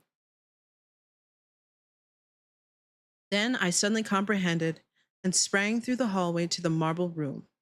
The doors flew open, the sunlight streamed into my face, and through it, in a heavenly glory, the Madonna smiled as Genevieve lifted her flushed face from the marble couch and opened her sleepy eyes. And that was The Mask. Ooh, very interesting. Very interesting. It's so fascinating to see that weird things happen in the presence of copies of The King in Yellow. So I think I do enjoy the fact that they mentioned that part 2 of The King in Yellow is where, if you read it, things start to happen, and that either people lose their minds or things around them start to stop making sense and just be weird, just be strange, right? And so it's interesting to see that in this case, the petrification liquid was there before they read The King in Yellow. Although it could be said, if it was already in possession in the house, that there is a chance that somebody else could have read The King in Yellow beforehand, and then things happened. Or maybe even the other guy had read it as well and started seeing things. It was like he had a sense of clairvoyance. And I think, like the other guy before, he had a sense of clairvoyance and he had read The King in Yellow. But part of it also means that strange things start to happen. So this is part of the whole series where The King in Yellow is considered yellow horror or weird horror, right? It's horror in concept, but not so much like Lovecraftian horror, because this is before Lovecraftian horror. This is very much like strange happenings, alters of perception, and things like that. It's very fascinating indeed. I really like this. I really like reading this. And I true to my word, I think I'm only going to do 2 stories because it's in my time about 9:46, which for a lot of people is late. On the EST side, I know. But I really enjoyed reading these. Maybe one day I can read another one if you guys are interested. But I think this is a really good, like, 200 followers celebration. I really like it. I don't know what I'm going to do for my next one, but I hope this was interesting. I don't know if I'd say relaxing per se, but I hope it was fascinating to you, something for us to think about, to ponder over, bringing back a little bit more of my anthropological ideas, you know what I mean, as an anthropologist. An anthropologist elf. I think it's very interesting to go through stories like these and like really sit down and delve into it. Thank you, Rune. Thank you so much. So I think that's where we'll call it for today. If you want me to do another one, absolutely let me know, and I will try to figure out when we can do that again. We have a Discord if you'd like to hang out. Most of the time, I'm not like this. Most of the time, I'm a bit freaky. I'm a bit horny. I do shit. But I figured we'd try something different and try something new. So if you want to join the Discord, you can. We hang out on there all the time. Actually, all the time. I'm on Discord. And you can join my community there. Otherwise, you can hang out with us another time. I'm part of Anomaly. There's a bunch of other people, and I think what I will do is this might be a very aggressive switch. A very aggressive switch. I'll put on my chill hop real quick. Very low. A very aggressive switch. But my friend right now is doing a 24-hour stream. Mori VT is doing a 24-hour stream to celebrate 500 followers on Twitch. So while I'm having one celebration, she's having another one. And so I did say I would like to send us over to give her our support. I know it's going to be a very aggressive switch from soft and chill to whatever the fuck she's doing, because you know it's not going to be soft and chill. I will tell you that it's not going to be soft and chill.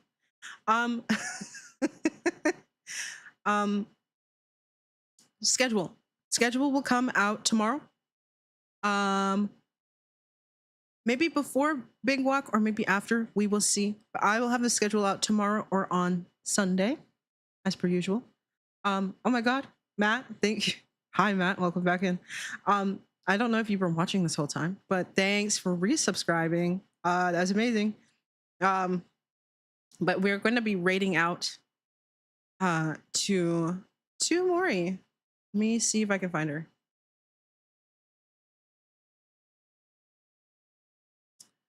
It looks like they're doing a kink tier list. If that tells you anything about who Anomaly is, which is my VTuber group, or what I am like on a regular basis, if you're new here, that will give you an idea. That will give you an idea. So we're gonna get ready to raid, and I'll have the raid message out. Make sure you copy it, and you can send her my love and support. 24-hour stream, kind of crazy. I was on there a little bit earlier, but thank you so much for hanging out with me and celebrating 200 followers. And we'll go back to the craziness tomorrow. We're playing Big Walk at 1 p.m. PST, which is 4 EST. Be there. Be there. We're going to play Big Walk. Okay. Now, have a good rest of your night. Make sure you send her my love. And have fun. Okay. Bye bye. Bye bye bye bye bye.